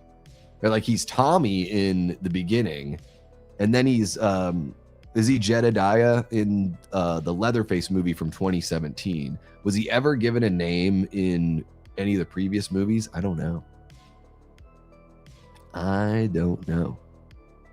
Thank you so much, Carrie. I appreciate you. I'm not trying to come down on you guys or anything like that. It just helps me, because sometimes I'm 20 minutes behind on the chat and I'm like, what is that in reference to? No spoilers. No spoilers for what? Street Fighter for Zangief? No, I'm just all right. The new Candyman, it was a sequel, but it was kind of requel-ish. Okay. So it feels like so it's like Halloween 2018. Yeah. Candyman is a ghost-like character, so it's possible to bring back. But why would he look different? So if it's a ghost, he would look like Tony Todd. You know, bringing him back and having him look totally different is weird to me. Well, if it's supposed to be the same exact thing, it's weird. New Candyman is a requel, technically. Gotcha. Okay, he is in there. Gotcha. Okay. Well, maybe I just need to watch it. I liked 28 Years Later, The Bone Temple. You know, Nia DaCosta directed that one as well, so maybe I just need to go back and check it out. It's a rubbish sequel, in my opinion. The Candyman, whatever year it was, 20-something. I've seen a Gremlins fan film that is worthy of being a sequel if expanded, in my opinion. How long is it, man? I've been blown away. I've been watching, like, some of them have just been like 4 to 6 minutes, and they're pretty effective. The one, I'll tell you guys a couple that I really liked, because most of them are like, I don't go too high on the stars for, you know, a short movie. But there was one called Suck-a-Blood that I gave 4 stars because it's kind of like, it's a short film, but they use some like modeling work. They use it's like a poem. So it's like an Edgar Allan, almost like The Raven kind of thing being read, but it's this fresh story that they've created, but they have a whole poem that tells the story as you're seeing the story. And it's I don't want to say anything other than that, but I really liked Suck-a-Blood. It's one word. Here, I'll put it in the chat. So if you like the Simpsons Treehouse of Horror, where they do The Raven with Homer and James Earl Jones doing the voice or whatever, it's kind of like that sort of vibe, and I really enjoyed it. I thought it was pretty unique and different. That was the one that like really stood out to me. It's a bad idea. Oh, It's a Bad Idea is Curry Barker's channel. Yeah, I know. I just never I never dove into like some of these guys, like I'll check out the horror stuff. I just haven't dove into anything else, but I do love comedy. So maybe I should check it out. Go help Grams. All right. Well, say hi to Grams for us. Thank you so much for hanging out, Ryan. Hope you have a great rest of your day, and we'll see you next time around, buddy. Hey there, buddy. I own that Leatherface. Is it worth watching, as I like the beginning and love the remake? I would say so. Though Leatherface from 2017 is one of the more unique films in the franchise. It's the one that doesn't feel rinse and repeat. It feels more of like a Devil's Rejects kind of Rob Zombie-ish storyline. Doesn't feel like a Rob Zombie movie, but it has that like on the lam kind of thing, you know, running from the law and killing random people sort of things. I know people that gatekeep zombies. You can't make them run or talk or this or that. I actually don't care if the film is good and zombies have nice makeup. I mean, I have my preferences, but I've seen movies where the zombies run and the movies are really good. So I would say it's more about how you handle it, what you're saying about, like, zombies usually represent something. There's some sort of sociological point. Not every movie needs those, but I think that zombies like inherently kind of say something about humanity or lack thereof. So I like when that element's there. I would prefer slow zombies, and I would prefer that they don't really talk. Like in Day of the Dead, when Bub says hello, Aunt Alicia. I mean, he's like, he may be having thoughts, but Bub isn't at that point, can't have a conversation with somebody. So it's like he's remembering something from his previous life in a very dim kind of way, right? So I don't mind that. But yeah, I mean, gatekeeping, like I'm not going to tell people like, oh, that's not a zombie because it talks, or fast zombies are stupid. Like I don't adhere to any of that kind of stuff. So I won't gatekeep here, but if you look at my top 10 zombie movies list, you're going to find more slow moving zombies than not. Although Train to Busan and Dawn of the Dead 04 are on that list. So there you go. And then even like Dead Alive, I mean, those are zombies. They're not fast. They're not slow. They're just sort of, each one's a little different. Yeah, I kind of like that, and especially if they haven't been dead very long, maybe they're a little bit quicker, which kind of makes sense. So yeah, I want either it to be like so bloody and over the top, like Dead Alive, or I want it to be like still gory, all that kind of stuff, but say something about society, like, you know, George Romero's first 4 or 5 zombie movies. I like that. I like those elements. I do really like Shaun of the Dead. I think Shaun of the Dead's awesome. Yeah, it's that's in my top. That's probably in top 5, probably zombie films of all time. Maybe just outside of the top 5. Yeah. Yeah, I mean, Carrie, if you haven't seen the original Night of the Living Dead, I highly recommend that. I think it's really, really good. There's a couple performances that are a little weaker, but the strength of what is it, Carl Hardman, who plays Mr. Cooper, and then there's Dwayne Jones, who plays Ben. Like, those two guys bring it enough for everyone in the movie. Like, those two guys carry everything on their backs. And I don't even know if Carl was like one of the producers as well. Seems like he had a acting background, but like I don't know if that was like his like main thing. Like, a lot of the people that acted in the movie helped fund it as well.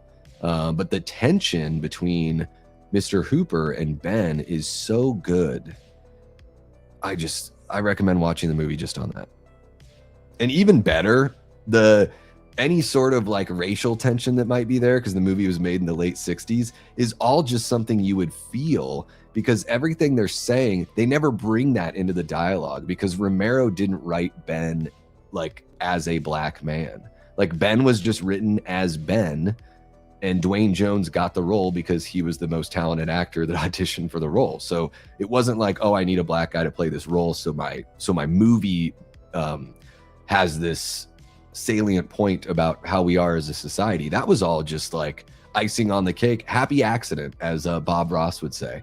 So I really appreciate in the original Night of the Living Dead that you can feel that tension there, but it's not like Mr. Cooper is using slurs or saying things that are like he's not calling Ben boy, or there's nothing even like that at all. It really is just two guys that have different ideas of how they need to handle this situation. They're both very headstrong about it.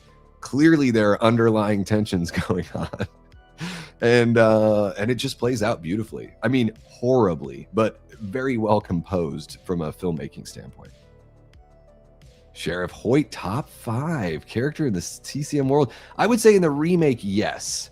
He is not nearly as tough in the prequel. I felt like he was so pulled back in there. I was waiting for someone in the prequel to be like really, really fucked up, because it's TCM. I want you to push.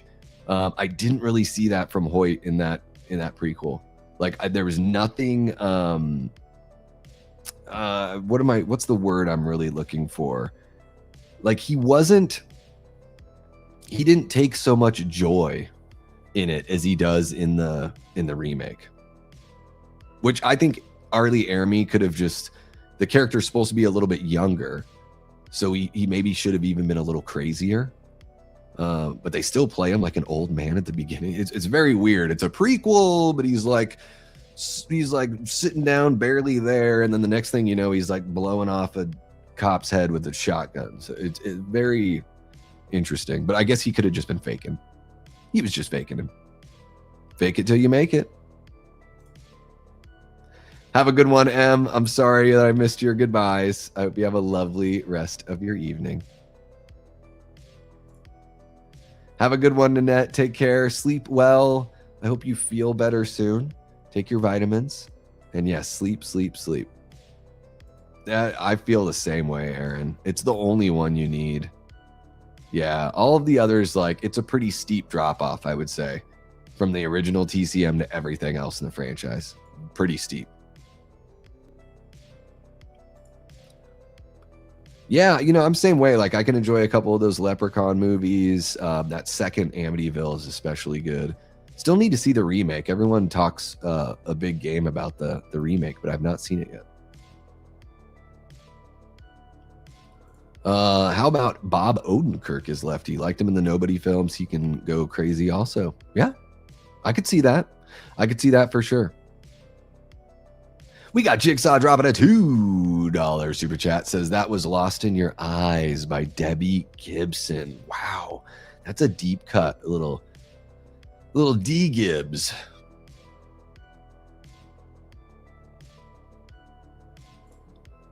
If somebody's not thinking about that, they might not realize the song. Oh, gotcha. Oh, did you say it somewhere else?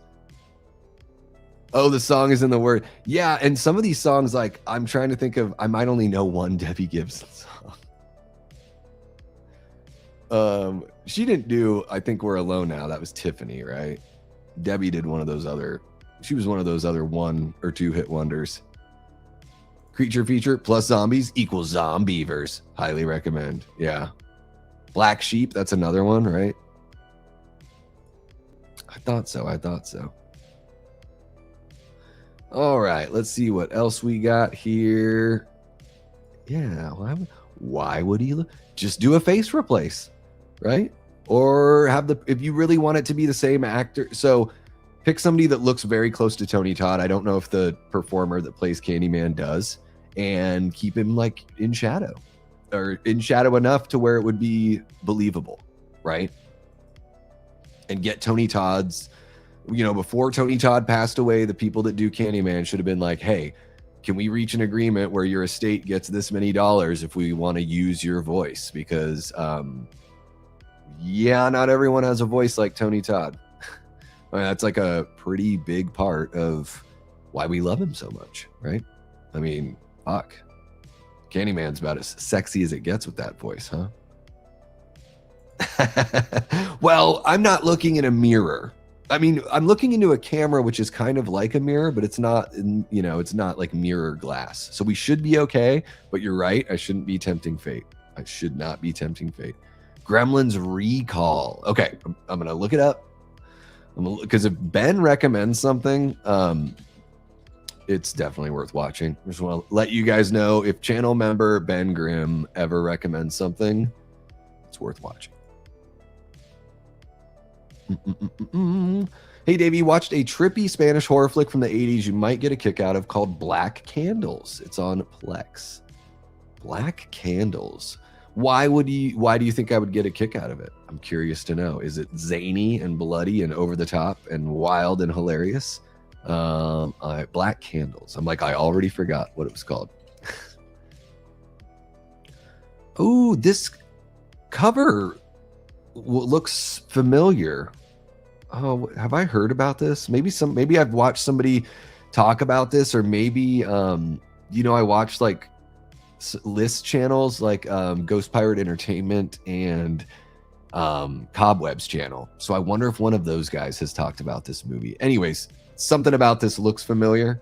The artwork. I love the nothing cooler than a guy that's like ripped to shit and he's wearing a cape that also has a hood but no top.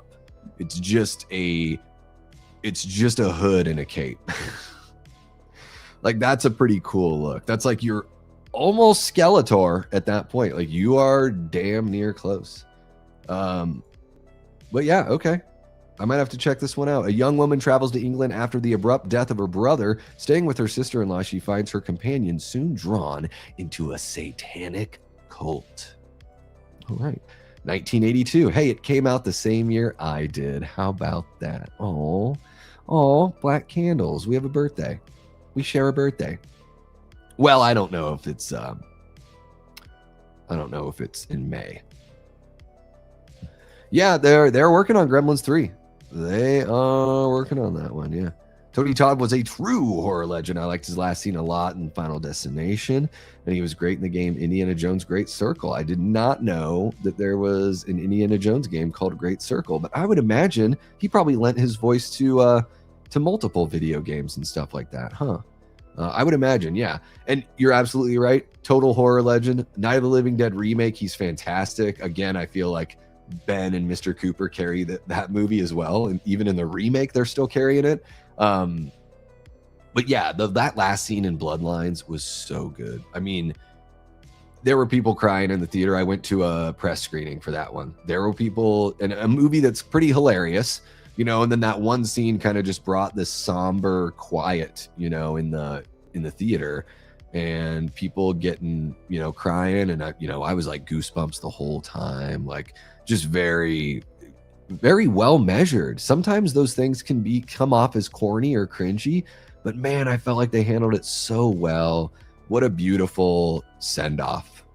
Not everyone has that opportunity to have, to kind of pick their last performance or last appearance, in a major motion picture, and then to have it be the message that this character gets to share is so like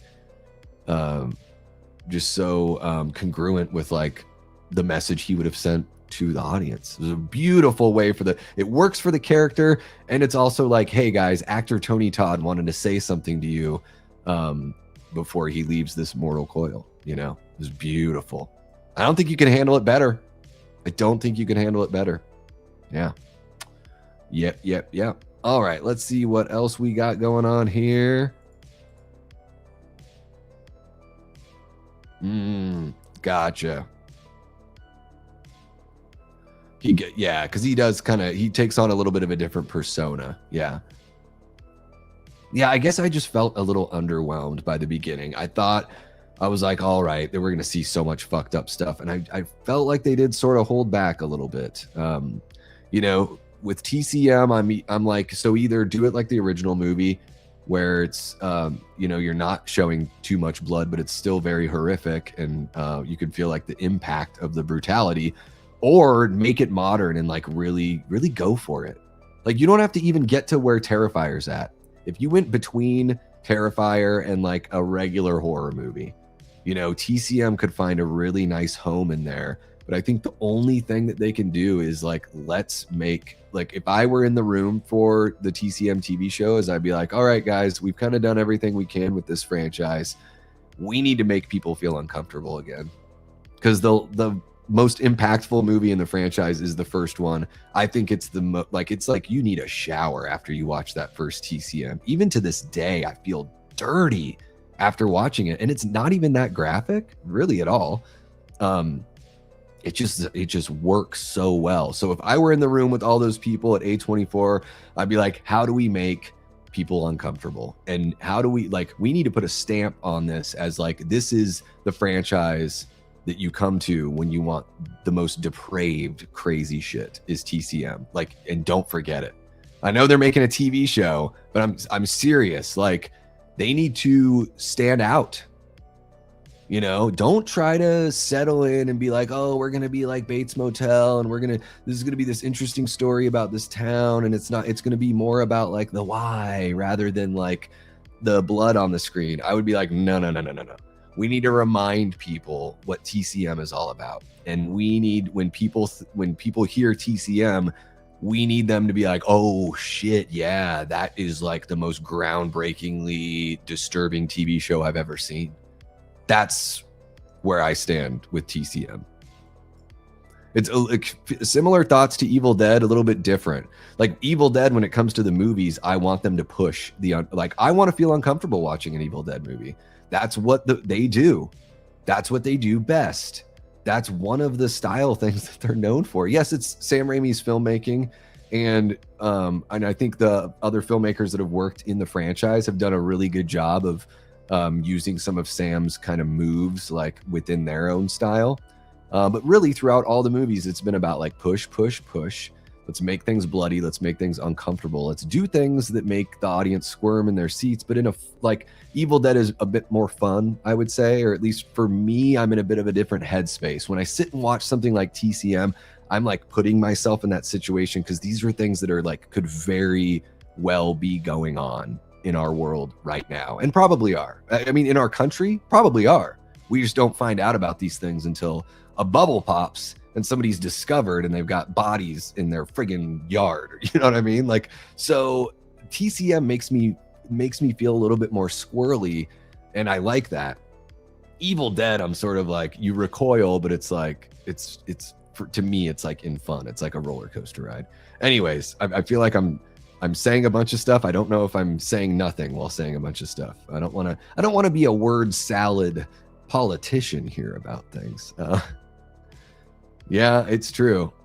It is. Yes, you're absolutely right, Ben. Yeah, I mean, we saw it with the Abu Ghraib and all that stuff too. So we've seen it in the experiments. We've seen it actually reflected, unfortunately, in the real world.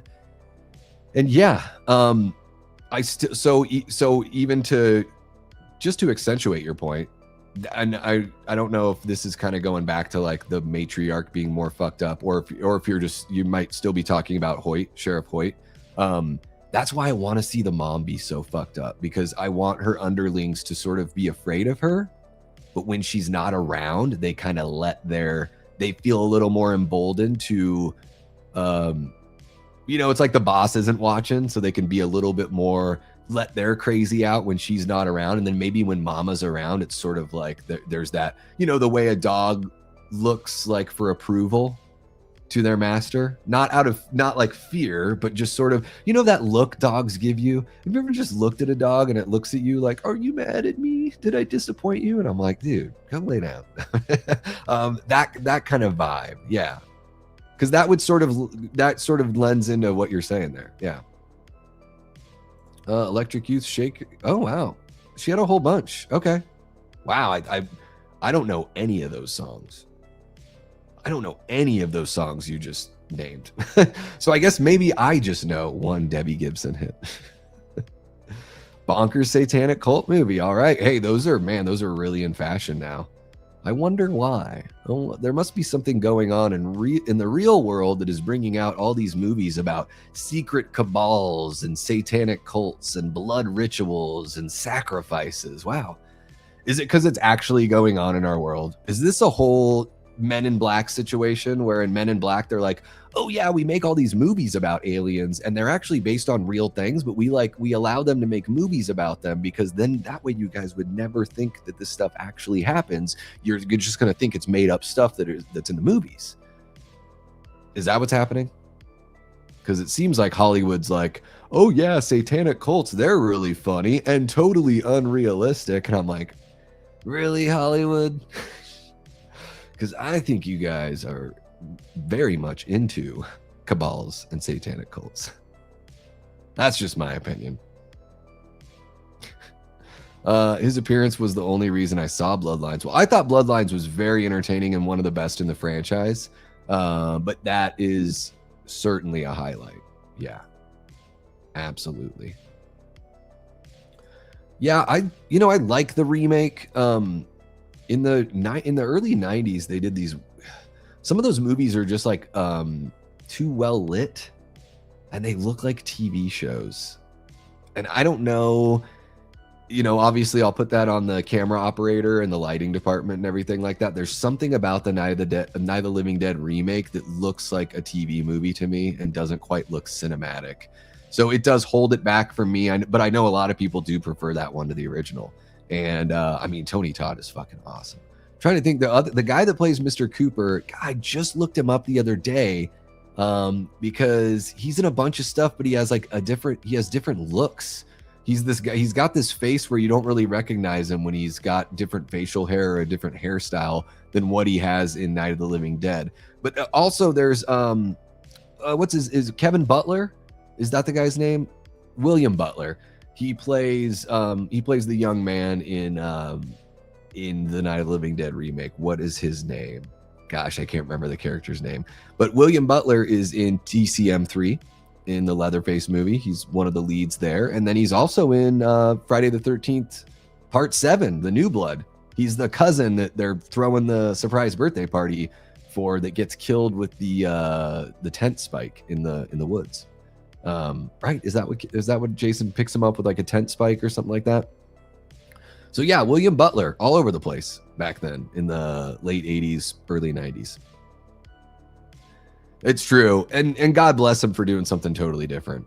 But yeah, I mean, you can't touch the OG TCM. It's a specific formula, It's a very simple formula. What's happening, Corey? How are you doing, bud? Corey from Wilkie's Movies and Music. Hope you are doing well. Hope the weekend has treated you awesomely. Did you get any movies watched this weekend that you haven't seen before? Did you see They Will Kill You? Is that the one that you were planning on, or was it Project Hail Mary, right? Very, very good stuff. If you guys haven't seen Project Hail Mary and you want to see a movie that leaves you or has you leaving the theater feeling good, like an old Zemeckis movie or one of the more fun Rob Reiner movies of the 90s. Yeah. Project Hail Mary is going to give you that vibe. Davey, that's why I actually like Hostel and Hostel 2. They make you feel uncomfortable, and it also says something about what people will do if they have money and power. Yeah, the people in Hostel are sort of like, they've hit a wall. They're like, what's the next thrill I can find? And they have more money than what they know to do with, right? So they can literally spend money on these safari hunting trips to go torture somebody in Eastern Europe or whatever. Yeah, it is pretty wild. They're very grim. The Hostel movies don't have very nice things to say about humanity at all, because the people getting tortured aren't really good people either. Like, they don't deserve it. Nothing like that. But these guys are total shits. Like, they're just it's Hostel. Yeah, Hostel's wild. I think I prefer the sequel. I think I like the sequel more. There's like a little bit more complexity going on. The first movie is a lot of setup, which I totally get. But there's all that first third of the movie that you're spending just with the guys, like doing this, I was like, I didn't really need all of that. I like how the second movie kind of gets to it and throws a wrench in things and just, it does something different. Yeah. Which you should do. Exactly. Yes. All of the other guys can still be beast, but you could do a thing where, like, when Mama's around, they know what's what, and they will shut the fuck up and let mama do her thing, and then they're off the handle when she's not around. But they would still adhere, but they would let their full personalities out. And then, Leatherface in a way he's a victim and a villain. He's at least in the some of the movies that we have in the franchise, it doesn't really look like he's completely comfortable doing what he's doing, but he feels trapped to do it or forced to do it, and it's just the only life that he knows. And clearly he's mentally diminished, right? So he is being taken advantage of, in some regard. But he's definitely not a pure soul or anything like that. Probably, yeah. I couldn't pull him out just from the name. Yeah, watch the unrated version of the Night remake in black and white just for fun. Actually worked well. That would be cool. Maybe I should do that. Watch it in black and white. Yeah, that'd be interesting. I think Tom Savini did a good job, like making the movie and everything. And it was cool that Romero went in, touched up his script, produced it, was able to make some money off of it because they never made any money off the original. All of that's good. I like that. Got to rewrite the Barbara character a little bit. Like she's, tougher in this one. I didn't mind that I get it. Like she's catatonic and everything in the first movie, but also I think it's like, is that out of the realm of possibility that somebody would be in that state after witnessing what they witnessed? I didn't see it as Romero saying, this is all women can do in this situation. No, it's like, this is this one specific person that wasn't very strong-willed to begin with. If you remember the beginning of the movie, she's, these are grown adults, and she's like, stop teasing me to her brother and all that. She's like, they're still acting like kids, right? So I really didn't mind that, but it was cool that Romero got to jump in and even though it's a remake, got to kind of rework some stuff. I have not. So Critical Overlord, I really dig his stuff, and I think he's got, if I could be incorrect, Mr. CO, if you jump into the replay of the stream, let me know. Sometimes Critical Overlord hangs out in the chat, which is really cool. But I think he's got some insider info, or that he's got maybe somebody that's so either he's an insider or he's got somebody that's an insider that talks to him, because Critical Overlord is able to talk about and cover things before they really reach the trades and all that stuff. So this is one of those instances where I'm like, that's so cool that he's got that space. I'm not so much of like the kind of person, like I will talk about rumors and I'll speculate based on official press releases that hit the trades and stuff like that, right? So that's like one of the differences between what I do and what Critical Overlord does. And it's awesome that exists on YouTube, because I know that if I had connections and somebody that I could trust and I could get on here and talk about all of that, and it wasn't ruffling any feathers like in the industry and everything, oh my gosh, what an asset, that would be for a channel, especially when you're talking about movie news and rumors. So I have not heard that. I hope that Radio Silence stays away from Buffy the Vampire Slayer. I would like that very much. I would like Radio Silence to stay away from anything I care about. They can keep on doing their own things. They can make The Mummy. I'm sure they'll do a good job at making The Mummy. But I am not, definitely not a champion of Radio Silence as far as, I think they are baseline, middle of the road for me. Like they don't tilt the scale for me at all. Ziggs and me have a whole look communication with nothing needing to be said. Yeah, it's true. Yeah, that's the kind of relationship I want to see. If we're going to do a matriarch in TCM, I don't want her to just be there and, oh, it's creepy because an old woman is just totally okay with this. She seems sweet. Like, no. I want Mama to be fucking brutal. Want a Leatherface as an anti-hero movie. TCM3 kind of touched on that, I guess. A little tiny bit. He does fight with his own family a touch. He's a father, but you get that he's a father not from consent, unfortunately, is sort of what they lean into there. I mean, I even think in the first movie, he has that freak out moment, right? When he kills the first couple that approaches the house.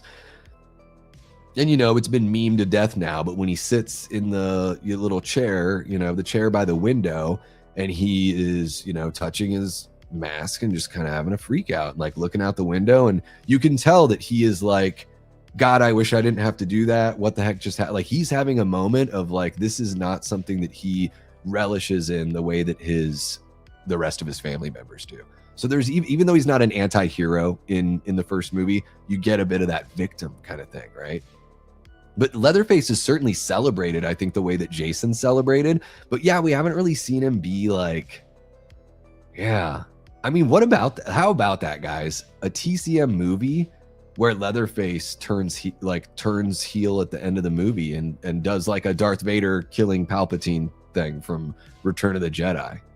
Like Leatherface having a moment where he realizes, I mean, it would kind of kill the franchise in a sense. And you could always take it back later, but then that makes it even more pointless to do it. So I don't know. It is an interesting idea, because I think Leatherface is a lot more complex than most people would think. You know, us horror fans, like, I think we get it, but I think there's some complexity going on there, and I just hate that everyone thinks that he's based on Ed Gein. Like, that is always going to piss me off. The whole Ed Gein thing and the way people do my sideshow Bob. The common knowledge about serial killers is like really, yeah. People are way off. Samsonite, I was way off. Evil Alex asks, what films are you looking forward to this year? End of Oak Street, Werewolf, and Dune 3 for me. I need to see the preview for End of Oak Street because I haven't yet. That movie came out of nowhere. So I don't even have a way of looking forward to it because I just found out that it exists like not too long ago. So looking forward to most this year for the remainder of the year, unless I'm missing something. Well, I would say Hokum, Obsession, and Evil Dead Burn. Evil Dead Burn's my most anticipated. Easy. That's it for me. So those are my most anticipated. The Crystal Lake TV show, I'm really looking forward to that. I know it's not a film, but I'm anticipating that one as well. And then I'm trying to think if there's any, like, I'm curious about Zach Kreger's Resident Evil movie. I think that's coming out this year. I'm really curious because we've seen nothing. Like, we haven't seen anything, and we've heard that it's not going to follow. It's not going to be like religiously close to the video game. So I'm like, I've been worried about it because all the other movies are loosely connected to the video games. And so I'm like, why are we doing this again? Why can't we just get an adaptation? There's 9 games in the mainline series of Resident Evil. And what the series probably has like 15 or 16 games, you know, when you count the rail shooters from the Wii, and then you count the side story quests, video games and everything. Why we can't get one that's just adapted, it's just a pure adaptation, I have no fucking clue. I don't know why Zach Kreger even wants to be involved. Especially if he wants to do his own thing, he could just make his own zombie movie. Maybe there's a bigger paycheck for an IP like Resident Evil. I don't know. I'm still waiting to fall in love with Zach Kreger as a filmmaker. I think he's good. I don't see anything. Like, if you showed me, like, if you asked me what's Zach Kreger's style, I would say I don't know. Out of order storytelling, I guess, is a style. I can't, like, if you ask, like, what's Sam Raimi's style? What's Quentin Tarantino's style? Like, you can answer those questions and answer them very clearly.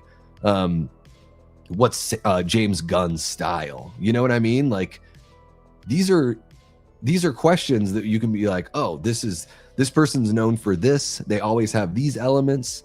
What's Mike Flanagan's style? Oh, he always has these actors. You know what I mean? He's always telling these sorts of stories or adapting this or that. Zach Kreger, I'm just like, dude's done 2 movies. I don't even know if he has a style yet. So I'm curious about the Resident Evil movie, but for me, it's sort of like the curiosity of, you know, watching car crash videos on the internet. So we'll see. Werewolf, I am looking forward to Werewolf, though, especially if Aaron Taylor Johnson is the werewolf. Because he was my favorite part of Nosferatu. But then I want Robert Eggers to be done, although I guess he's doing A Christmas Carol after that. I just really would like to see him do, like, really his own kind of things. But what can you do? I thought that was very reasonable to have the original barber catatonic. Yeah, exactly. I think some people probably made him feel pretty bad about that. Because, you know, Romero was, I don't think it's any secret that he is relatively, you know, that he was relatively liberal. So like, you know, feminism, all the kind of stuff that comes with that, which I don't think there's anything, again, with what he wrote in here, I don't think there's anything negative about women, but maybe some people gave him some shit about it because clearly he felt bad. And also, I mean, even when he made Dawn of the Dead, he gave Fran more to do, you know? And so she still feels like a very real character. I don't know. I think Romero wrote his characters, to me, they all feel very real, regardless of gender, ethnicity, class, or job. I feel like Romero, one of his strongest suits was writing characters. Like he fucking really knew how to write characters. And we would not have people like Tarantino. If it weren't for George Romero, none of the Tarantino shit exists. Like at least not the way that it is. He would have had all the influence from the spaghetti westerns and the kung fu and all that shit still would have been there. But the way that Tarantino writes dialogue, no fucking way. No one. And I haven't even heard him say this. I'm assuming this. And I'm assuming it full-throated right now, that if I were in front of him, I would want to talk about Romero. I wouldn't be like, oh, you got your style from him. And I'm not even saying it in an accusatory way. I'm just saying that the way we know Tarantino, those scripts never would have been written like that if he weren't a fan of George Romero. The character writing, man, it's so spot on. Yeah. TCM 3D. Oh, gotcha. Yeah, they definitely play up the, yeah, do your thing, cuz, yeah, there are bad guys that he gets even with. Yeah. And they did that, you know, in the Leatherface movie from 2017, they have bad cops too. Yeah, Steven Dorff plays a cop that is out for revenge. I mean, but right, I mean, he's not a bad, yeah, he wants to kill the cannibalistic criminal family that just like constantly kill and do even worse things to people. So he's not even a bad guy or a bad cop, you know? Yeah, for sure. Even I would say like the way that the actress, like the way she does her crying in the field after she like shoots a zombie, some of the, you know, in the remake, I'm like, some of those performance, like that could have been a better performance. Maybe another take, Tom. That scene with Leatherface sitting down processing things is so powerful. Yeah. He looks and acts so distraught. It is incredible. There's just something there was something in the water when they made that original TCM, and it is such a tough magic to recreate, man. It's like with Michael Myers, and maybe your favorite Michael Myers isn't Nick Castle. Mine is, and it's because of the way Michael moves. And no one moves like Nick. James Jude Courtney is like right there, you know, pretty much indecipherable. But it's these weird little nuanced things, like the way Gunnar Hansen, R.I.P., plays Leatherface in this movie, man. It's just I think the level of performance from everyone is so authentic and real. That original TCM is so powerful. Yeah. First images of Crystal Lake look very good. I'm very hopeful. Yeah, the official images. And then Alex, I don't know if you've seen the behind the scenes stuff, but it's looking like the costume design and the set design is looking incredible. Costume design, you know, it's Brad Caleb Kane who worked on It Welcome to Derry. And it's very like, that was one of my favorite parts about that show was the costume design, which is, I would rarely ever say that about a TV show or a movie, but I was like, wow, everyone looks so cool. Like Hanlon's wife, I was like, oh my God, she is, right? Is it Hanlon's wife? Yeah, Hanlon's wife. I can't remember the character's name offhand right now. Off Hanlon right now. But oh my God, every outfit she's in, I'm like, she looks amazing. So yeah, the behind the scenes stuff is really good, Alex. And if you haven't seen any of those pictures, you could do a search on the channel because I've covered a lot of those images. You know, there's Linda Cardellini. There's like her on the street talking to Crazy Ralph. There's some of the police officers, you know, people using a phone booth, all sorts of fun stuff like that. What's happening, Shay? Welcome on in, buddy. We got Shay Rants joining us, everyone. Guys, I'm going to wrap things up here shortly because I will be live in a few hours talking Ready or Not 2 and They Will Kill You with Miss Julie Erie, our a new friend of the channel, but she's been around. If you watch Night Watch Zone and all that, you've seen her pop up there and talk with Night, and we're gonna have a fun little chat here in a little bit. Yeah, it's like Ed Gein inspired one fraction of Leatherface's character, and then it turns into people that are normies that don't want to dive into actual information are like, oh yeah, that's the guy that Leatherface is based on purely and 100%. Yeah. Oh, they did create something. Yeah, absolutely. Ed Gein never used a chainsaw. Didn't look like Leatherface. Wasn't a beastly. He used a beastly bulging man. Plates from Kansas. Looking forward to Obsession, Exit 8, and Sunrise on the Reaping. Ooh, Sunrise on the Reaping. I have not even heard of that. Exit 8, Paul, by the way, welcome on in. Thank you for being a channel member. Exit 8 is available on some of the streaming sites because it was internationally released in 2025. So you could watch it before the theater if you find one of those sneaky streaming sites. Yeah, I don't understand it. Even if you just want to pick a random game, like remake, like do an adaptation of Resident Evil 4. Boom. Don't even need to know about, like, Umbrella's kind of there, but it could work as world building for Umbrella because Umbrella's there trying to get something, but they're not the main causes of it. Resident Evil 4 saving the president's daughter? Come on. That plot just writes itself. In fact, it's already written as the video game. I think Zach's strength is in his setups. He's really good at the setup, and that's that. He does that out of order storytelling. I think it might be kind of like his narrative is sort of what you're referring to there in the setup, and I think that's like he did that in Barbarian and he did it in Weapons. But like I don't think he has a visual style, not yet anyway. He loves old hags though. If you're an old lady in one of his movies or you look old, look out, you're going to be the villain. I don't know how confident I am about them having the Mummy. I'm confident that they're bringing back the original actors, and I think that Brendan Fraser, I think they can pull off the comedy. And Jonathan, what's his name? Or he plays Rachel Weisz's brother. That guy, they announced that they're bringing him back. I think those two guys can make the comedy work. But yeah, I don't think Radio Silence is very funny. And yeah, we'll talk more about all that stuff later. Supposedly the reason why Barbara was portrayed mostly in shock was Judith O'Dea was not the strongest actress. There you go. And they found a way to make it. And yeah, and you're right, Todd. Like her performance is not very strong earlier on.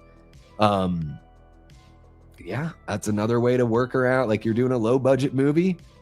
Producers are acting in the movie. Like the woman that plays Mrs. Cooper was one of the other producers as well. So like producers are playing main roles here. So yeah, sometimes you just have to roll with what you got. He does move like a sexy robot. I look like an otter, a sexy otter. Shout out C-Lab 2021, if anyone remembers. Alex says, love Robert Eggers films and period pieces in general. I want more horror. I actually would like him to adapt The Mummy, set in his time in practical and horror. Well, gosh, 2 Mummies movies coming out. He probably would have done one after Werewolf if there weren't already 2 Mummy movies coming out. But maybe we're going to have a Mummy renaissance, and he'll end up tackling all those creatures and critters and everything. I'd like to see him do something that's original, and Werewolf sounds like it will be original. But yeah, bringing in, a character that's a folklore character for hundreds of years, maybe thousands of years at this point. Who knows? I don't know. There could be cave paintings about wolfmen for all I know, and there probably are. I would like, so if he's going to follow classic monsters, I don't know why no one is tackling this. It's always been one of my favorite stories, one of my favorite novellas, one of my favorite like horror tales. And I don't remember the last time we got an adaptation. The closest thing I can think of to an adaptation of this story, and I know I'm stretching this one out. I want you guys to move to the edge of your seats and be like, what is he gonna say? The closest thing we've gotten to this story is The Substance, and that is a modern Dr. Jekyll and Mr. Hyde. I would and have it actually just call it that. Don't, because the substance is like, it does its own thing, of course, but it's like Dr. Jekyll and Mr. Hyde. But I want to see straight up, I imagine like if Robert Eggers did a straight up Dr. Jekyll and Mr. Hyde, bring back Pattinson. Why not, huh? Robert Pattinson as Dr. Jekyll and Mr. Hyde, like shit could be awesome. Like I just think just dripping in that Victorian era, all the struggles and wrestling that people did with their animal desires and, the things that they wanted to do that they knew weren't accepted by society, and just like bring back that element. And really, if we can make it feel like the Frederick March 1931 adaptation, I'm sorry, I can't remember the name of the director. I wish I had that info right at the top of my head. But if they can make it like that portrayal of Jekyll and that portrayal of Hyde, oh my God, like I would love to see a new Dr. Jekyll and Mr. Hyde. It's a heartbreaking story. It's really complex. It's really beautiful. It says something about humanity, and it ends on a bummer. I think I would like to see that. And even though I just got done saying I want Eggers to do his own thing, I think he would be a great director for something like that. Yeah, I mean, some people feel that way about that body part. Yeah. I'm not one of those, but I'm not a hater. I'm not like a ooh, feet are gross kind of thing. I'm like, hey, if somebody has like nice feet, like they're not like too janky looking, I just think like, oh, that's like a plus. Like they've got like good feet. But I'm not like, I don't look at feet and be like, oh fuck, damn, look at them feet, girl, shit. Like, no. But hey, because we're on them all day. Some people live in certain climates where maybe they don't cover their feet a lot, like here in the desert, a lot of like flip-flop wearing or walking around barefoot, and can kind of fuck shit up. So yeah, but Quentin's, he's really into the feet. John Hannah. Well, I don't know who that is. I'll be back just dropping a name, and I'm like, I don't know who that is. Did you hear that Nora and Lily Zuckerman might be the screenwriters for Scream 8? You're joking, Mike. Oh, you've got to be joking, but I love it. I'll take your joke. Maybe you watched one of my previous streams. Hopefully you did. Because I read the first like 3.5 pages of that script that they wrote for Buffy, and it was not good.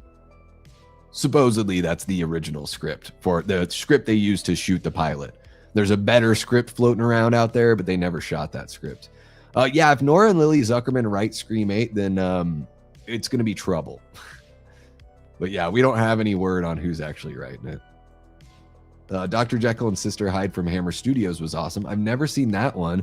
And that would be probably the version they would tell now, because you can't just do... You can't just do the story the way it was. You have to find some sort of highfalutin way to incorporate some modern shit. I would like it to be like if Eggers did it, I would want it to be more like period piece. I kind of like that, and I think Nosferatu would have been a lot better if it were what's the style I'm thinking of? If it were a little more obtuse looking, what's that style called? Expressionist. So do something fun with Dr. Jekyll. Don't just make it look like Sweeney Todd or From Hell or whatever. Like do something wild stylistically with it. Would be pretty cool. All right, guys, my voice is getting tired, and I know I'm gonna have to talk for a couple hours later, and we've gone for 2 hours 15 minutes, so you got a little bonus there.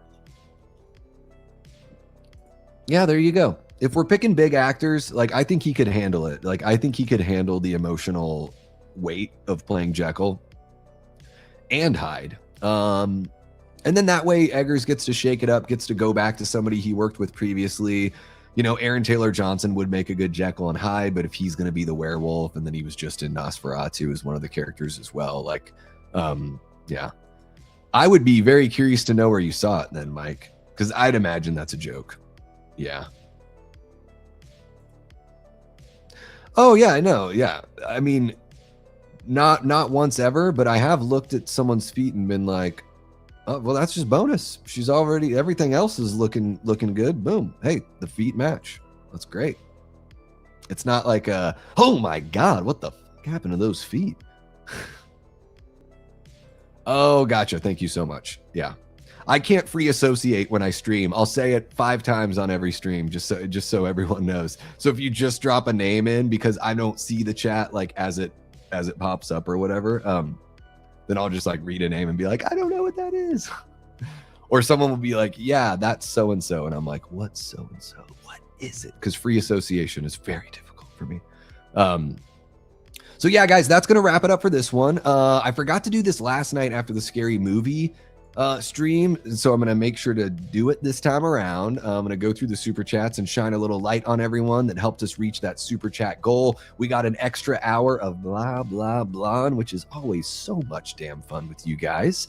So we got Todd Bound purchasing a YouTube channel membership. Thank you so much for becoming a member there, Todd. Bound.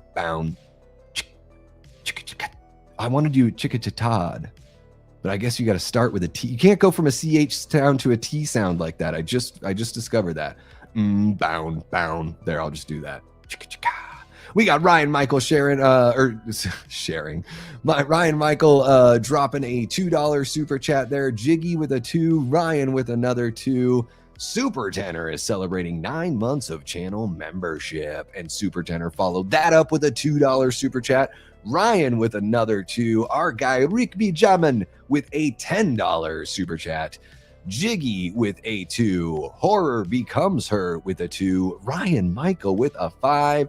Jiggy with a 2, and Jiggy with yet another $2. Thank you so much, guys, for supporting the channel with the super chat. I still owe you guys a musical performance that is forthcoming, so keep an eye out for that.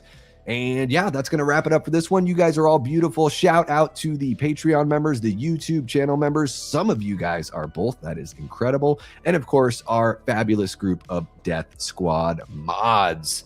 Although I don't know if I saw a moderator here, but we're okay because you guys are so sweet.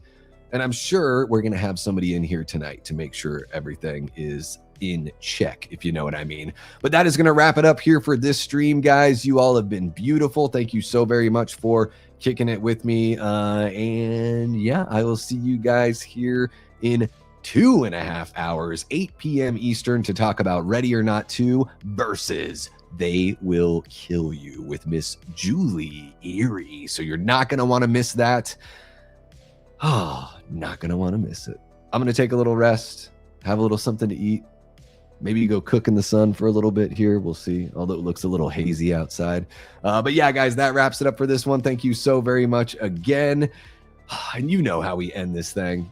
Until next time, I've been and will continue being Davey Deathray. Take care.